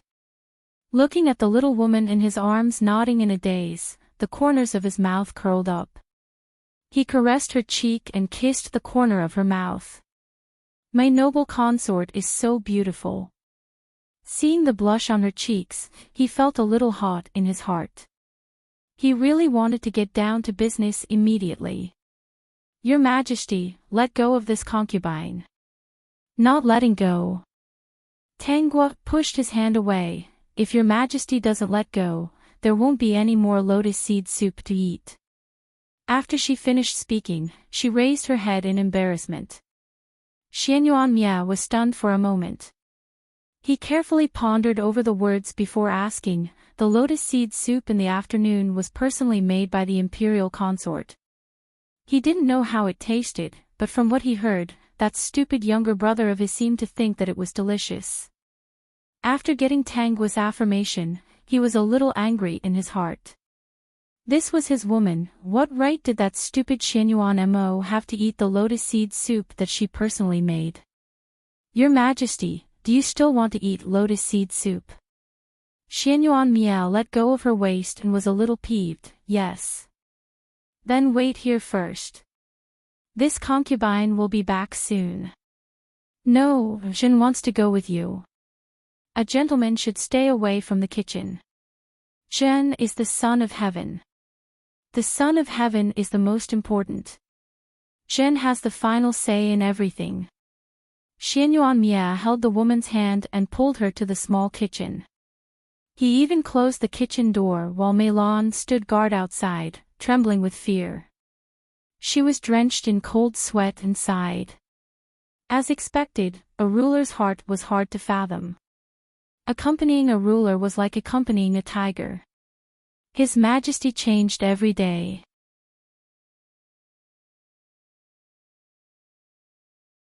Chapter 431. After eating the lotus seed soup that he had been longing for, Xianyuan Mia was not in a good mood. Why should Xianyuan Mo eat such a delicacy? He pondered with a dark face on how to kidnap Gui Fei. This stupid woman already liked Xianyuan Mo a lot. If he said that Xianyuan Mo was pretending to be nice to her, she would definitely not believe him. She might even think that he was the one with ulterior motives because of this. Xianyuan Mo was wary of the family Tang. With his stupid brother's personality, he would destroy the family Tang sooner or later. As for how to destroy it, there were many tricks that could be played here. Xianyuan Mia narrowed his eyes. Only by letting this stupid woman know that Xianyuan Mo was a wolf and that he was using her well would she believe him in the end. At this time, it would be much easier to take her away. But this method might make her very sad. He really couldn't bear to see such a weak and frail little girl in such a heartbroken state. Tanguo propped up her chin and smiled as she watched Xian Yuanmia in deep thought. She communicated with the system. Guess what he's thinking? He did not look well. Was he jealous? He had already seen his host's charm. Moreover, Xian Yuanmia was an old acquaintance. He would definitely not be able to escape his host's grasp. But he did not expect that he would fall for her the moment they met. His combat ability was simply trash. He's thinking of how to kidnap me. What? So direct? The system did not understand. Actually, it's not that troublesome. I'm quite willing to go with him. He's more interesting. Of course, revenge is also very important. Very good. Even when the host was in love, she would not forget about revenge. This vengeful personality was unparalleled. Tanguo noticed that the originally gloomy Xian Yuanmia's brows relaxed as if he had understood something. His lips curled into a sly smile. When he sensed her gaze, his smile instantly became doting. He pointed to the corner of his mouth. Gue Fei, help me wipe the corner of my mouth. Tanguo obediently helped him wipe his mouth. Just as she was about to withdraw her hand after wiping it, he grabbed her wrist. He held her soft hand and squeezed it. Only then did Xian Yuanmia put his arm around her waist. From now on, Zhen will eat the food prepared by Gue Fei every night. Zhen is not picky as long as it's prepared by Gue Fei. It's getting late. Time to rest. Xian Yuanmia did want to do something, but with his pride as a man, he was unwilling to wear Xian Yuanmo's mask and do those things with the woman he liked. Therefore, he could only endure it. This made him feel extremely uncomfortable. Every time the woman beside him fell asleep, he would fiercely bite her red lips and hug her delicate body, as if he wanted to rub her into his bones and blood, never to be separated again. Late at night, Xian Yuanmia's eyes were red as he smelled the sweet scent beside him. He couldn't live like this anymore. He turned over and pressed the woman under his body. He wantonly plundered her. When his lips were swollen, he kissed her neck. When her fair neck was red, he stopped. Rubbing his eyebrows, he looked at the woman who looked like a bully and smiled bitterly. When did he become such a beast?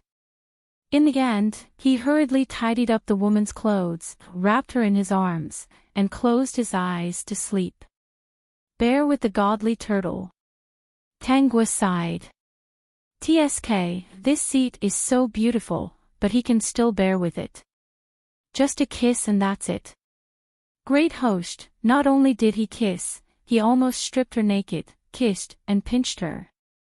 You peeked. I was careless. I didn't expect him to suddenly wake up at night.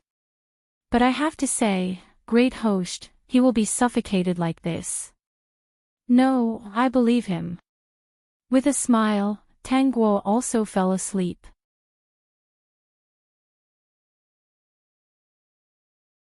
Chapter 432. Xian Yuan had someone inform Tanguo early in the morning that he would come over for lunch. What he meant was for Tanguo to tell the chef to prepare the food. The lotus seed soup from yesterday made him reminisce a little. When he arrived, the aroma of the food wafted out. It was even better than what the imperial chefs made. When everyone else left, Tanguo scooped soup for Xian Yuan and smiled. Mo, I don't know what you like to eat, so I asked the chef to prepare some. Xian Yuan drank a mouthful of soup and ate a few mouthfuls of food. He didn't even have time to look at Tanguo. When he was half full, he wanted to praise Tanguo. When he looked at her, he saw the red circles on her neck. His heart sank. He put down the bowl and clenched his fists. When he asked his imperial brother to do that, he should have understood that he wouldn't have anything to do with this woman anymore. But when he saw the red circles, he still felt very uncomfortable. He felt that it was very glaring. Tanguo seemed to notice the other party's gaze. She couldn't help but tug at her collar. She blushed and said to Xianyuan Mo, "Ah, Mo, why are you always sneaking around in the middle of the night?" That shy look made Xianyuan Mo very angry. It wasn't him. It really wasn't him. However, he was the one who willingly put on this green hat. It's all my fault. That's why Amo is so upset. Ah, Amo, there are still many sisters in the palace. Tangua suddenly teared up. Although I don't want you to go at all, I can't serve you. As the emperor, you can't only have me, so... The more she spoke, the softer her voice became, and the more tears fell. She was clearly unwilling, but she had to say it. Xianyuan Mo was angry, but he had to comfort her. He patted Tangua's shoulder. Jin won't go to other palaces. I'll come to Gui Fei's place every night. Things had already come to this. From the day he spoke to his imperial brother, there was no way to salvage the situation. She had already been touched by his imperial brother. There was no possibility between them. He could only take this step to the end. Moreover, the person he liked was a Ningxiang. In order to let a Ningxiang grow up and sit firmly on the throne of the empress in the future, she could only sacrifice her. Her father's surname was Tang, and the power of the Tang family had developed to the point that he was afraid of them. Ah, Mo, is what you said true? The woman threw herself into Xianyuan Mo's arms with teary eyes and looked at him. You won't go to other palaces in the future. I'm not going. He didn't intend to go in the first place, which was why this happened. Then I'm afraid the other sisters will be unhappy. You are the imperial consort. You have the final say. What can they do to you? Xianyuan Mo looked at the glaring red mark and hardened his heart. It would be good to let her deal with those scheming women. Only then would his Ningxiang be able to grow to be on par with him. Ah, Mo, you're so nice. Other than father, you're the best person in the world to me. Seeing how touched the woman was, Xianyuan Mo pursed his lips. His eyes were always on the marks on her neck. He clenched and unclenched his fists, then clenched and unclenched them. In the end, he pushed her away with the excuse that he was busy with work and left with heavy steps.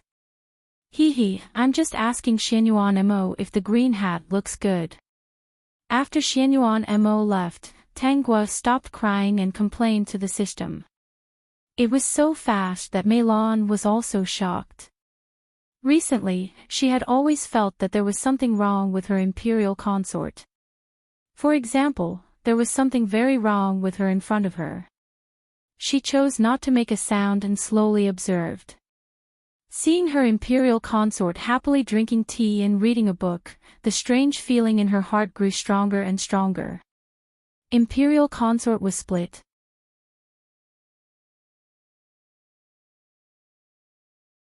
Chapter 433. Xianyuan Mo stayed in the imperial concubine's palace every night. 1 day, 3 days, or even 10 days, the concubines could still accept it. However, it had already been a month, and the emperor had no intention of going to the other palaces to pamper the other concubines. This made many people unable to restrain themselves. Xianyuan Mo seemed to be unaware and continued to go to the imperial concubine's palace every day.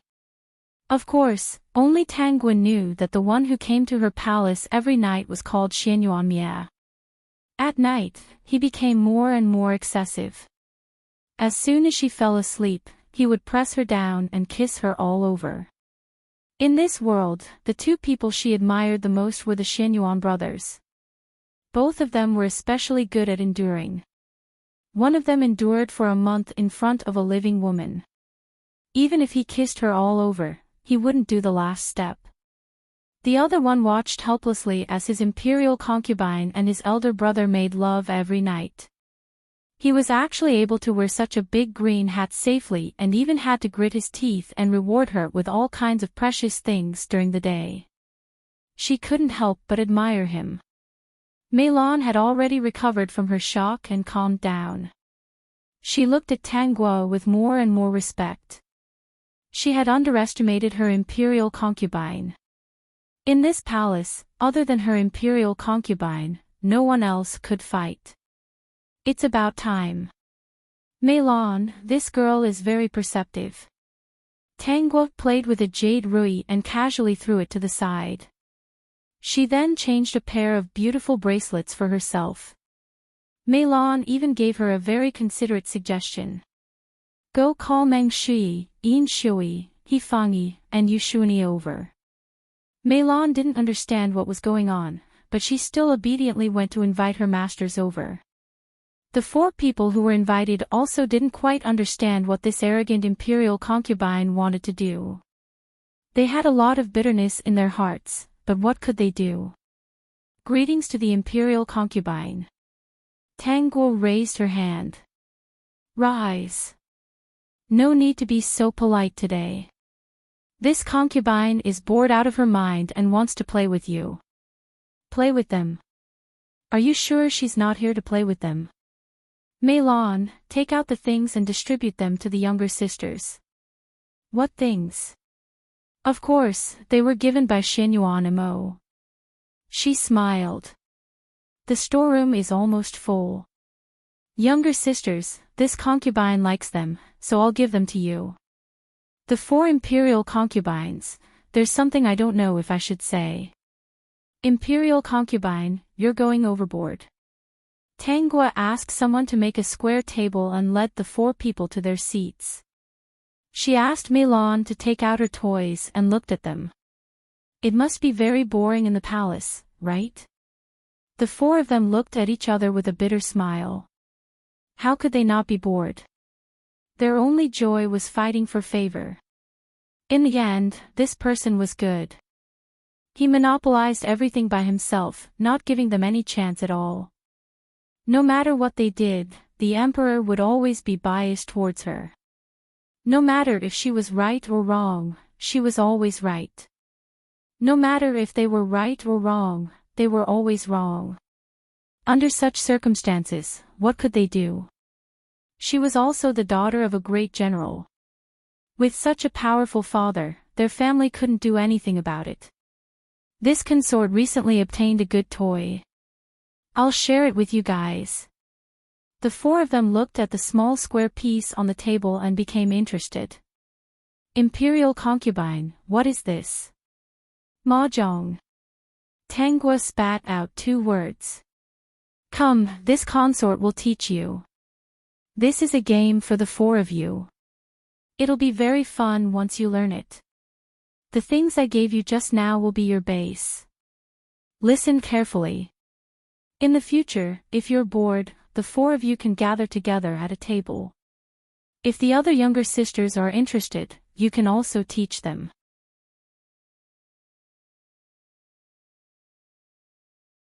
Chapter 434. However, Tang Guo smiled at them. There are 2 people that you're not allowed to teach. You also have to warn the others not to teach these 2 people. In other words, in the future, when these 2 people are around, you must not play. The 4 people's hearts trembled. No wonder Imperial Consort Nyang Nyang called them to play games. So she had a plan. May I ask Imperial Consort Nyang Nyang, who are these 2 people? Meng Shui couldn't help but ask. Tang Guo smiled. Lan Jiayu, Beauty and the 4 people were shocked. These 2 people, one was straightforward and the other was low-key. When did they offend Imperial Consort Nyang Nyang? In one afternoon, the 4 people went from curious to addicted. They were completely attracted by the game of Mahjong. Ah! He Fangyi exclaimed. Then she said dejectedly, I made a mistake. Can I go back on my word, Imperial Consort Nyang Nyang? Tang Guo shook her head, you can't. Yushuni covered her mouth and laughed, Sister He, you're a bit shameless. You can't go back on your moves when playing chess. Imperial Consort Nyang Nyang is right. Mahjong shows one's character. No, He Fangi hurriedly shook her head, looking pitiful. I lost everything. Meng Shui looked at the treasures in the basket next to her and was in a wonderful mood. Thank you for letting me win, sisters. Yin Shui couldn't hold back. Sister He, it's good that you lost everything. It's my turn. She stared at the table in a daze. This game of mahjong was really fun. They all admired Imperial Consort Nyang Nyang. She didn't lose or win. This wasn't something that anyone could do. At the same time, they understood that it wasn't that Imperial Consort Nyang Nyang couldn't win. She just didn't want to win against them. For the entire afternoon, only He Fangi lost. Fortunately, before she left, Tang Guo rewarded her with many things to comfort her little heart. For several days, Tang Guo invited them to play mahjong during the day. During mealtime, Xianyuan Mo would come. At night, Xianyuan Mia would come. While she was asleep, he would always do something out of line. She was really very busy, but she played very happily. For half a month, she took out many small toys to share with the 4 people. After they played, they would give them to their close concubines. None of them were fools. They were especially careful when they played this game. In front of others, they were still dignified concubines. Only when they were at the table would they show a bit of regret. What would happen if the imperial concubines became addicted to mahjong and no longer had the heart to fight for favor? On this day, the 4 of them secretly came to Tang Guo's place. Recently, they had been particularly interested in the secret manuals that imperial concubine Shui had taken out. As she flipped through the pages, she heard Tang Guo say, "Do you want to be promoted?" The few of them raised their heads at the same time. They were a little confused. What promotion? Oh, they quickly reacted. Grade?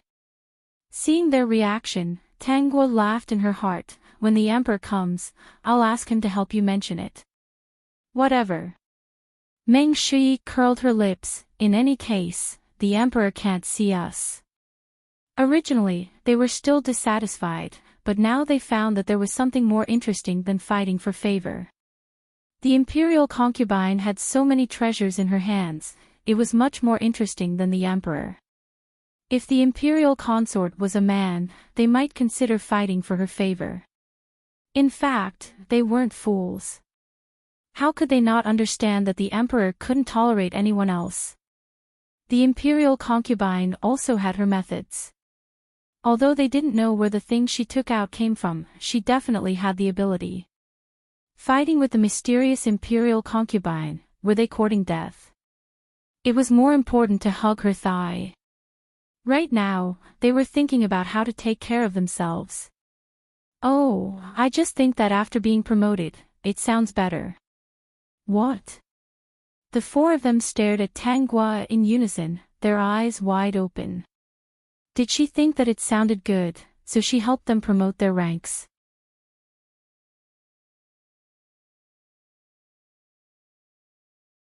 Chapter 435. In less than 2 days, there was a big promotion in the harem. When Tang Guo mentioned this to Xianyuan Mo, he was especially happy. In fact, he had wanted to promote a Ningxiang for a long time, but was afraid of attracting other people's attention. Tang Guo's action was very much in line with his intentions. Usually, other than a Ningxiang and Tang Guo, he didn't care about news in the harem. It should be said that he didn't care about a group of women in the harem. Meng Shui became consort Meng, Yin Shui became consort Yin, rising from 2nd rank to official 2nd rank. He Fangi became He Ronghua, Yu Shuni also became Yu Ronghua, rising from 4th rank to official 4th rank. Lon Jiayu became Lon Gui Pin, rising from 3rd rank to official 3rd rank. Xianyuan Mo's White Moonlight, Beauty and also rose from minor 6th rank to official 6th rank, Noble Ladian. It was rainy weather again. Xianyuan Mo thought, if he didn't want to eat the delicacies in the Guifei's palace, he wouldn't have come in the rain. When he walked into the palace today, There was indeed the smell of food, but it wasn't a familiar smell. His expression wasn't good. Could it be that he spoiled her too much, so she couldn't even bear to prepare food for him? Xianyuan Mo was angry, especially when he could see her exposed skin every day. There would always be that kind of eyesore mark, and his heart was flustered. He didn't plan to turn and leave. Sitting at the dining table, uniquely asked at the right time, Guifei Nyang might be urging the cooks in the kitchen. Xianyuan Mo felt better and nodded, preparing to wait a bit. Not long after, Tanggua's people didn't come, but Meilan came out. Meilan's expression wasn't good. When she saw Xianyuan Mo, she hurriedly knelt. "This servant has neglected your majesty, please forgive this servant." Actually, she was complaining in her heart. Guifei Nyang wasn't feeling well right now. Just now, she wanted to go to the kitchen to fight, but she was the one who pulled her back. "Where's Guifei?" "Nyang, she." Meilan pursed her lips. Nyang's body isn't feeling well. Xianyuan Mo's expression changed, and he said with concern, "What happened?" "Every time it rains, Guifei Nyang's knees hurt." Meilan continued, "I'm afraid Nyang won't be able to accompany His Majesty to eat." "Where's the chef?" Xianyuan Mo pointed at the dishes on the table. "I prefer the dishes cooked by that mysterious chef." Meilan bit her lip, not daring to tell the truth. She lied. The cook's family had some matters to attend to, so she returned home. She will enter the palace in a while. Xianyuan Mo was a little disappointed, but he still stood up and walked inside. After entering, he saw a woman with a frown and a pale face. He couldn't help but quicken his pace. What happened to the imperial consort? "Ah, Mo," Tanggua's tears fell. "My knees hurt." She hugged Xianyuan Mo's waist. "It hurts a lot." Xianyuan Mo wanted to get angry, but he couldn't. He didn't push her away either. "Zhen will call the imperial physician to take a look." "He's already taken a look." "It's useless." Xianyuan Mo didn't believe it and still called the imperial physician. After the diagnosis, he only received one sentence: "It's an old illness. It's an illness that was left behind when you were young. It can't be cured. Every time it rains, the pain will be unbearable. Guifei Nyang has to take good care of it." "Does it hurt a lot?" Xianyuan Mo had never seen her frown like this. Why didn't he notice it before? He looked towards the imperial physician. "Is there a way to reduce the pain?" "Your Majesty, please forgive me." "There isn't. It's only after the rainy weather passes. Guifei Nyang should take good care of it. It's best not to touch cold water. She needs to soak her legs in medicine every night to reduce the pain."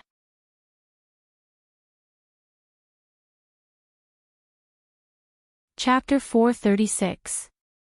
At night, Xianyuan Mia came. It was raining today, so he knew that her knees would hurt. He placed her leg on his and gently rubbed it for her. Using some internal energy, he saw her relaxed expression. "Why didn't you help this concubine rub it during the day? It wouldn't hurt so much if you rubbed it earlier." Xianyuan Mia laughed. He also wanted to come. If he appeared during the day, wouldn't his identity be exposed?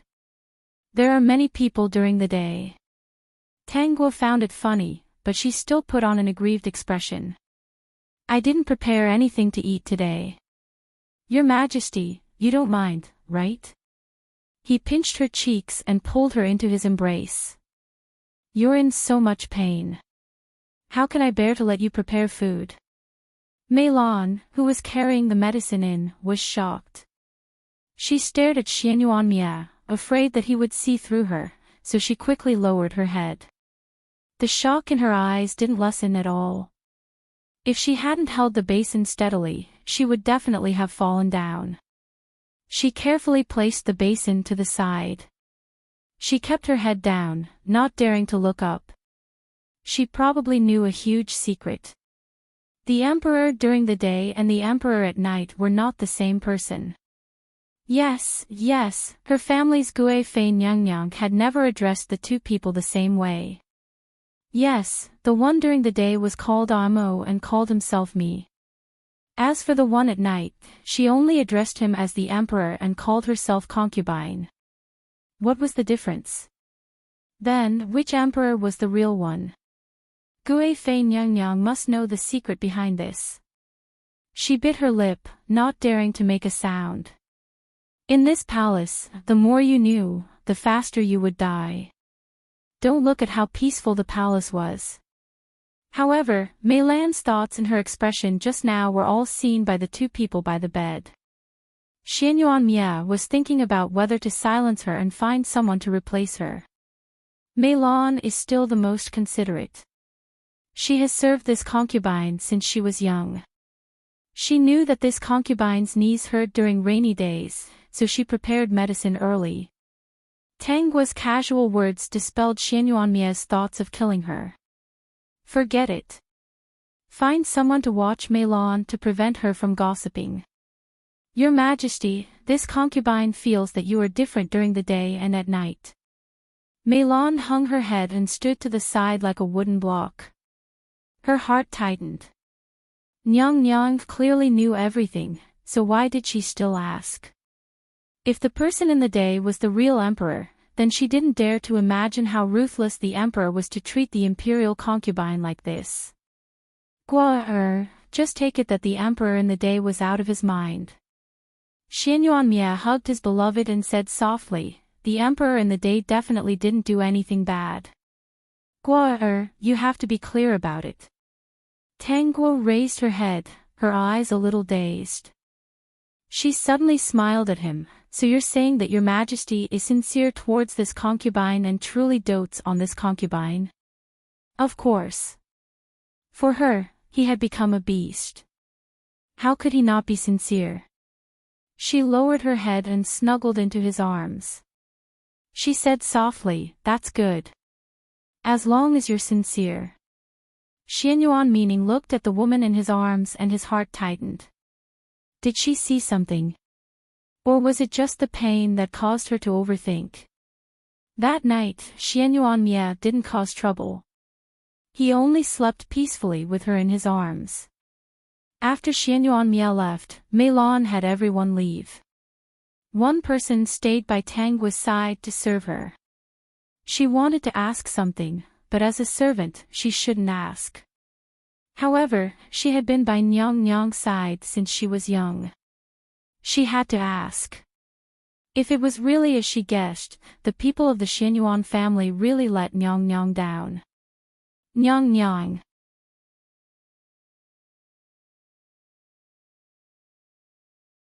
Chapter 437. What's wrong? Before Mei Lan can open her mouth, her tears start to fall. She can't hold it in at all. From the mirror, she can clearly see the sadness in her Nyang's eyes. So, she didn't guess wrong. Nyang, you've been wronged. Think of a way to tell the general. Tanggua sits in front of the dressing table, the corners of her mouth curling up. So what if I tell father? How should I put it? But he's too much. So what if he's too much? He's already afraid of my family Tang. If father finds out and makes things difficult for him, wouldn't that give him an excuse to get rid of my family Tang? So, Nyang will have to make yourself suffer. Tanggua smiles faintly in her heart. Of course not, doesn't Xianyuan Mo like a cuckold? She will make him wear a cuckold for the rest of his life, and he will do it willingly. The emperor during the day is real, right? Tanggua lowers her eyes and replies, N. Who was it at night? Mei Lan almost collapses. The more expressionless Nyang is, the sadder she feels. How long has Nyang been keeping this secret? Tanggua chuckles softly, what are you crying for? It's not a big deal. Isn't this a big deal? The one who's wronged is Nyang Nyang, the one who's ruined is Nyang Nyang's reputation, and the one who's tarnished is your body. Meilon is a little angry. This servant really doesn't understand what Xianyuan Mo is thinking. You girl, you're quite bold. You actually dare to call him Xianyuan Mo. Tangua strokes her hair. Don't worry, it's not a big deal. He likes it like this, so I'll do as he wishes. Nyang Nyang, you still like this kind of person. Once. Meilon is stunned, her heart still aching. What should Nyang Nyang do now? Pretend you don't know. Tangua smiles. Actually, I'm quite satisfied with the person at night. He does everything according to me, much better than Xianyuan Mo.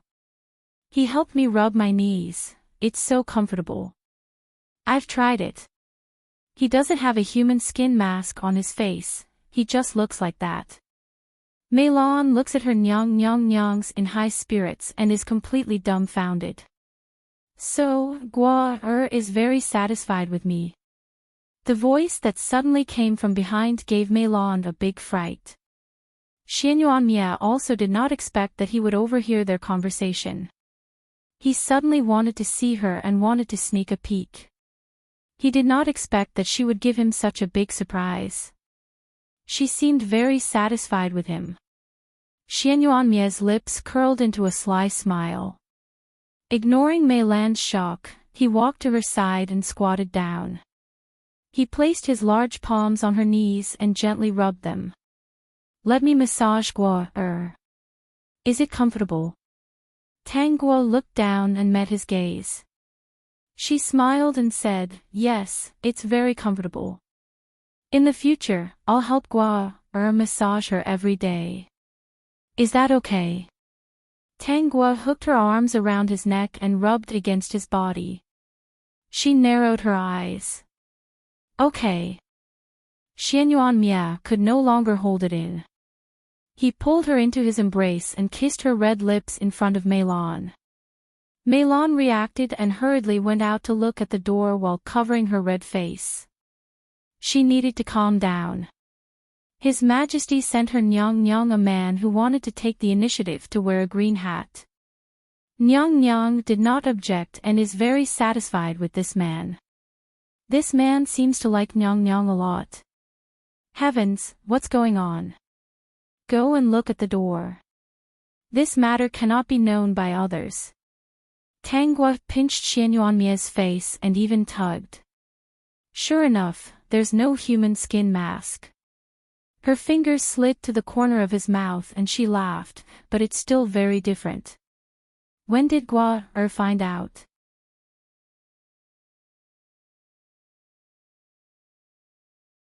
Chapter 438. Tangua looked up and stared at him with her watery eyes. When we first met.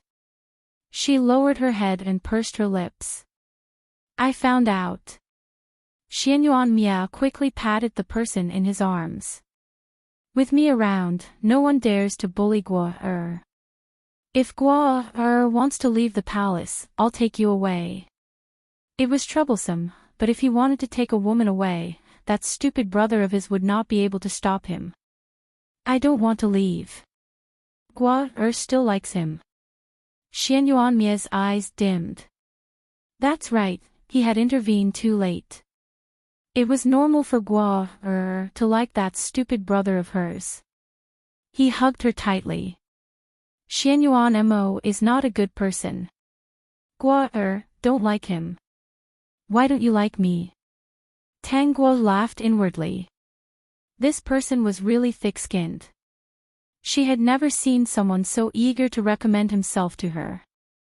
A smile appeared on her lips as she stared at the man in front of her. It's not impossible to like you, but I need time. All right, as long as Gua is willing, I can wait. Xianyuan Mia heaved a sigh of relief. He had thought that this person would be in so much pain when she found out the truth. He did not expect her to be so understanding, which surprised him. But he felt that under that smile, there was a heart full of scars. Gua why are you unwilling to leave? He still asked. Other than Xianyuanmo's life and the throne, I can help you with anything. Tang Guo smiled and was silent for a while. I don't want his life, and I don't care about the throne. I just want him to be in so much pain that he will regret it. I want him to be in the most glorious position in his life, but not be able to get what he wants. Her lips were cold. You want to help me with this? Yes. Anyway, it was not usurping the throne or taking his stupid brother's life. This was easy. I won't let anything happen to the family Tang.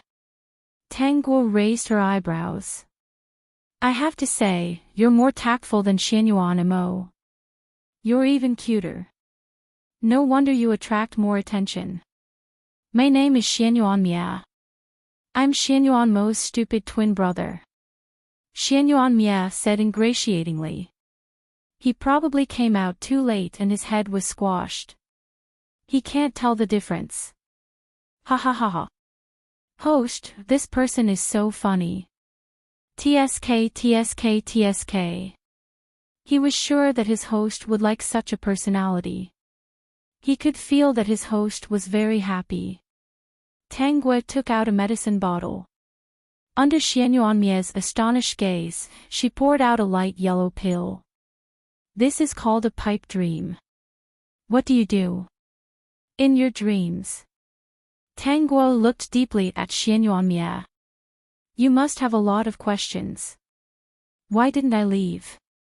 For what I'm going to do next, you didn't hinder me, so I have to let you have a dream. She waved the pill in her hand and laughed softly. Do you dare to eat it? If it was poison, he would lose his life. The next moment, Xianyuan opened his mouth and sucked on the pill. At the same time, he sucked on her index finger and licked it gently. Why don't you dare to eat it? After saying that, Xianyuan felt a little sleepy. He didn't want to think about anything else. He hugged the person in his arms and rolled onto the bed, burying his head in her neck. I fell in love with Guo at first sight. This is the reason I don't want to believe the most. But there's a feeling that I'm willing to die even if you ask me to. Xianyuan's vision became more and more blurry. There was a sinister smile on his lips. Guo, did you poison me? The antidote can only be you. Peek.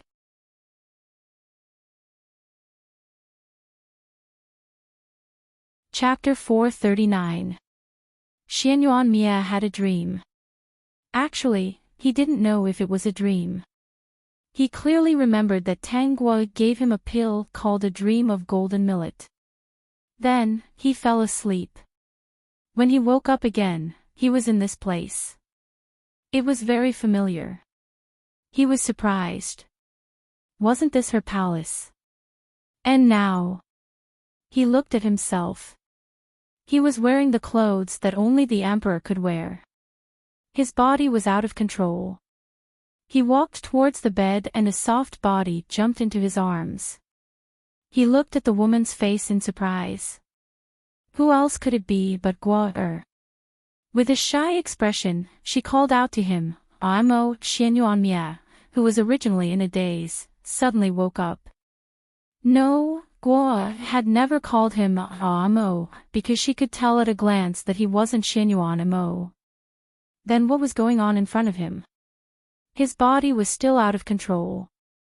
Looking at the beautiful woman, he quickly fed her a pill.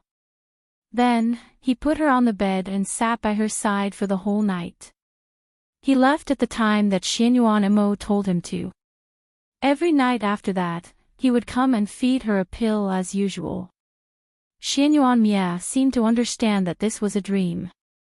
But was the dream real or fake? But he was sure that if he didn't fall in love with Guo, or the first time they met, he would definitely do what he did in the dream to her. The imperial concubine was pampered for a while. She didn't expect the family to be in trouble. General Tang was framed for treason and the family was executed.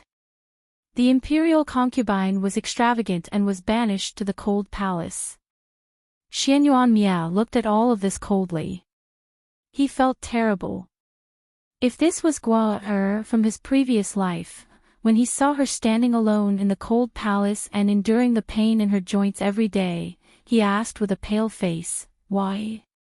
In the dream, the imperial concubine didn't do anything evil. She was just a little arrogant. She murmured more than once. It was Amo who said that she didn't have to endure. It was Amo who said that he could protect her. It was Amo who said that she was the most powerful in the palace. She didn't have to give in to anyone in front of her. It was Amo who said that she could do whatever she wanted. It was precisely because of Xianyuanmo's love that she fell deeply into it and never took the initiative to deal with the other concubines. She had waited in the cold palace for a long time, waiting for the family to be executed, waiting for Xianyuanmo to make a Ningxiang his empress. She sneaked out and hid in a corner, eavesdropping on their sweet talk. Xianyuanmo hugged a Ningxiang lovingly and sighed. Ningxiang is finally Zhen's empress. Only then did she realize that Xianyuanmo did not love her. She was just a Ningxiang's shield. Barefooted, she staggered back to the cold palace and set fire to the cold palace, burning herself to death. When Xianyuanmia saw her body being burned by the fire, she did not move at all. She did not even struggle. It was as if her body could not feel pain. That sorrowful and lonely gaze pierced through his heart. As long as he thought that this was Gua's previous life, his heart would clench in pain. When Xianyuanmia woke up, the person in his arms was sleeping soundly with her eyes closed. He gently caressed her cheek, and for a moment, he felt indescribably complicated. You're awake. Tangguo opened her eyes and met Xianyuanmia's complicated gaze. You must have a lot of emotions. Xianyuanmia didn't say anything.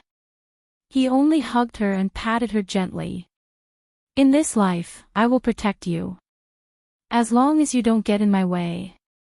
Tangguo chuckled. You'd better be cuter. Peek.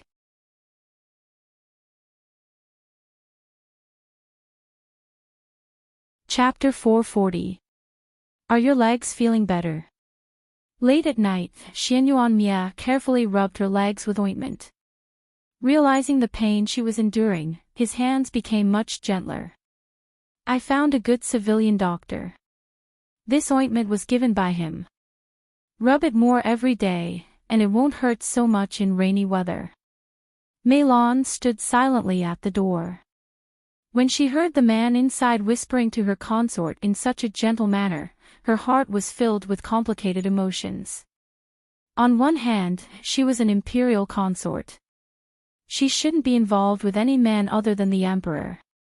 If she was discovered, she would be doomed eternally. On the other hand, she was thinking that this man was allowed by the emperor. The empress had taken a fancy to this person. Wasn't that the emperor asking for it? She even felt a faint sense of pleasure from revenge. Do you still like Xianyuanmo? Xianyuanmia asked nervously as he rubbed her knees. This woman was not someone he could control.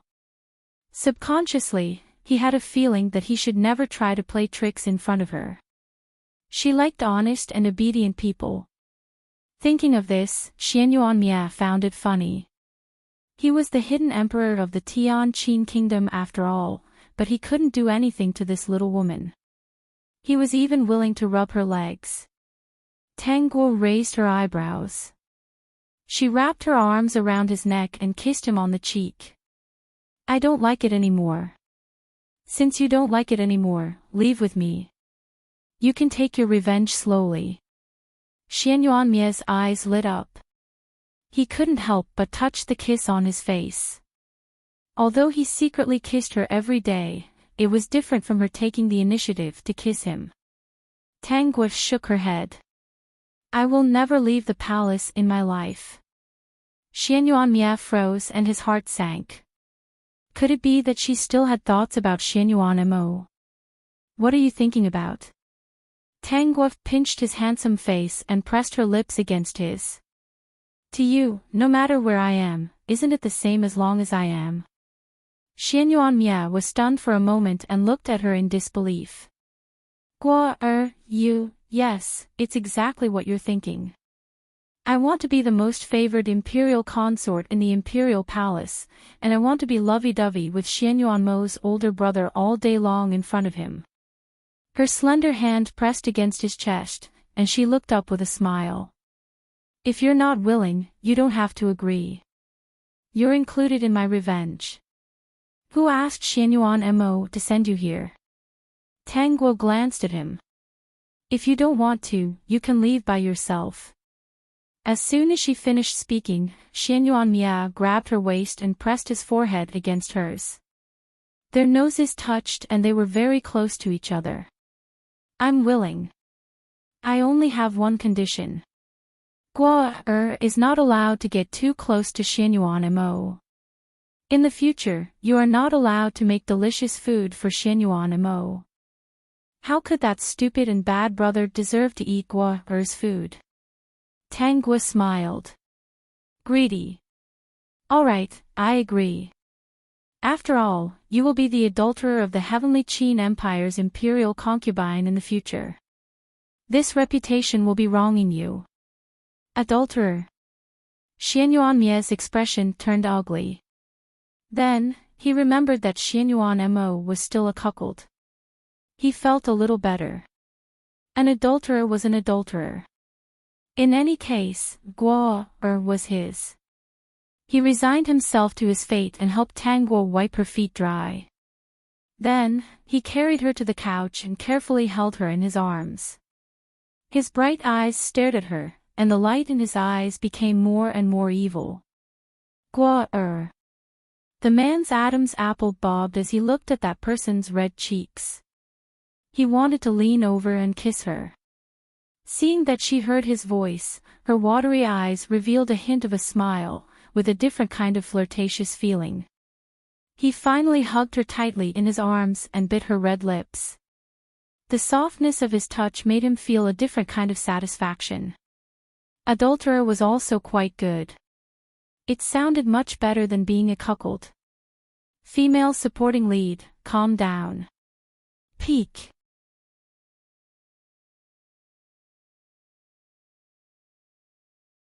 Chapter 441. Xianyuan Mo hadn't been having a good time recently.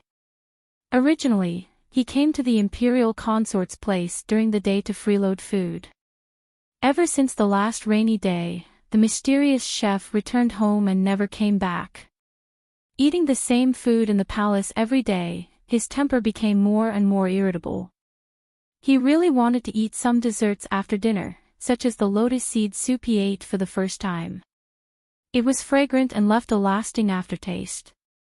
On this day, while eating, Xianyuan Mo inadvertently mentioned that kitchen maid. She's dead. Tang Guo wiped the corner of her mouth and said indifferently, she's dead. Xianyuan Mo felt that it was a pity and a little regretful. He couldn't help but ask, how did she die? I didn't expect that Mo would also care about these insignificant people in the palace. Xianyuan Mo coughed lightly and said uncomfortably, her culinary skills are very good. We just feel that it's a pity. I also feel that it's a pity. Tang Guo met Xianyuan Mo's gaze and sighed. I also don't know why she couldn't figure it out. Xianyuan Mo was surprised. She died because of me. What injustice did she suffer? Tang Guo lowered her head and the corner of her mouth curved. My father found her to cook for me in the palace. That day, something happened at home, so she asked for leave from me and went back. Later on, when I heard news of her again, it was the news of her death. I had someone investigate the reason. It was that day when she went back, she caught her husband and another woman in the act. Her husband once promised her a lifetime. She didn't expect that only a month later, her husband had someone else. Later on, her husband actually wanted to take in that woman who had an affair with him. Of course, she wouldn't agree.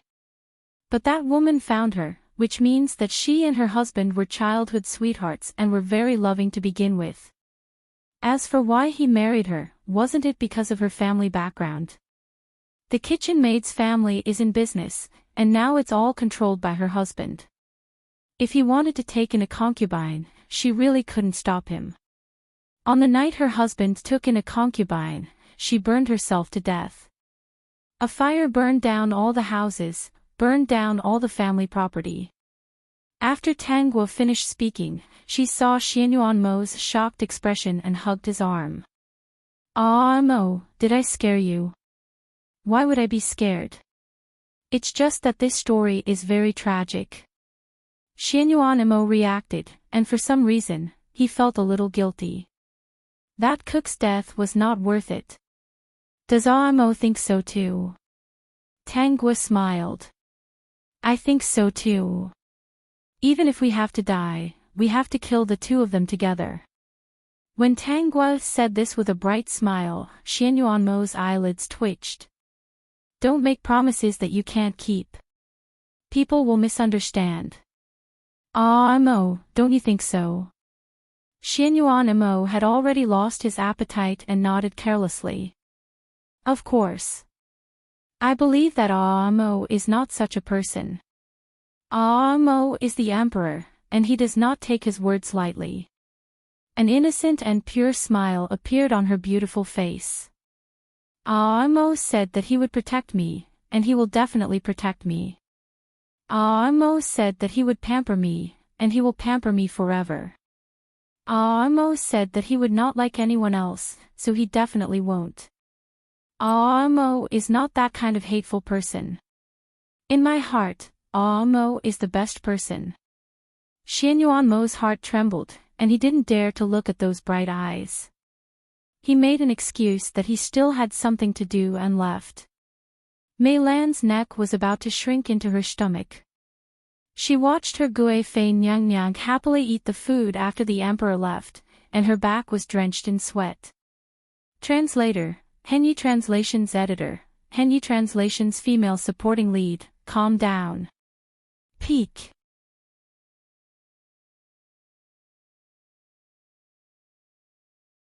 Chapter 442. Xianyuan Mo is the best person. What's so good about that scumbag? Xianyuan Mie's face was cold. At this moment, he really wanted to grab Xianyuan Mo and give him a good beating. He looked at Tang Guo anxiously. Guo, tell me, how does he look like a good person? You can take this seriously. Tang Guo patted Xianyuan Mie's face comfortingly. Don't lower yourself to his level. Aren't I just lying to him? But I can't listen to such words. After saying that, he forcefully wrapped his arms around Tang Guo's waist and rubbed his face against hers. Guo is my woman. Even if it's a lie, even if it's a lie, even if it's a lie, I can't accept it. How can he be worthy of being called the best person? After saying that, he looked at Tang Guo's eyes with a slightly wronged gaze. She was still looking at him with a smile. Guo, do you like me? After getting along with her, he was no longer satisfied with just having her body. He also wanted to have her heart. If Mia performs better, I can like you a little more. How should I perform? Mia will have to figure it out himself.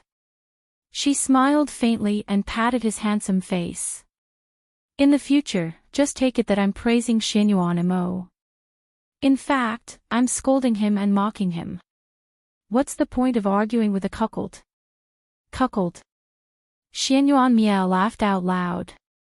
He instantly felt better. What a cuckold. It's a very appropriate title. Guo, you said that if I perform well, you'll like me a little more, right? Of course. He hugged her and lay on the bed together. Guo, just you wait. I'll definitely perform well and work hard to make you like me a little more. So, Guo, regardless of whether Xianyuan Mo regrets it in the future, don't like him, okay? Tang Guo was slightly stunned. She had never met such a character before. Looking at his slightly red ears, she laughed. Of course, I won't like him anymore. As long as you perform well, I'll only like you for the rest of my life. Then I'll have to work hard. Xianyuan Mia was elated when he got his answer. I won't disappoint you, Guo. Xianyuan Mo, that stupid younger brother of his. Sometimes, he even suspected that the two of them were not biological brothers.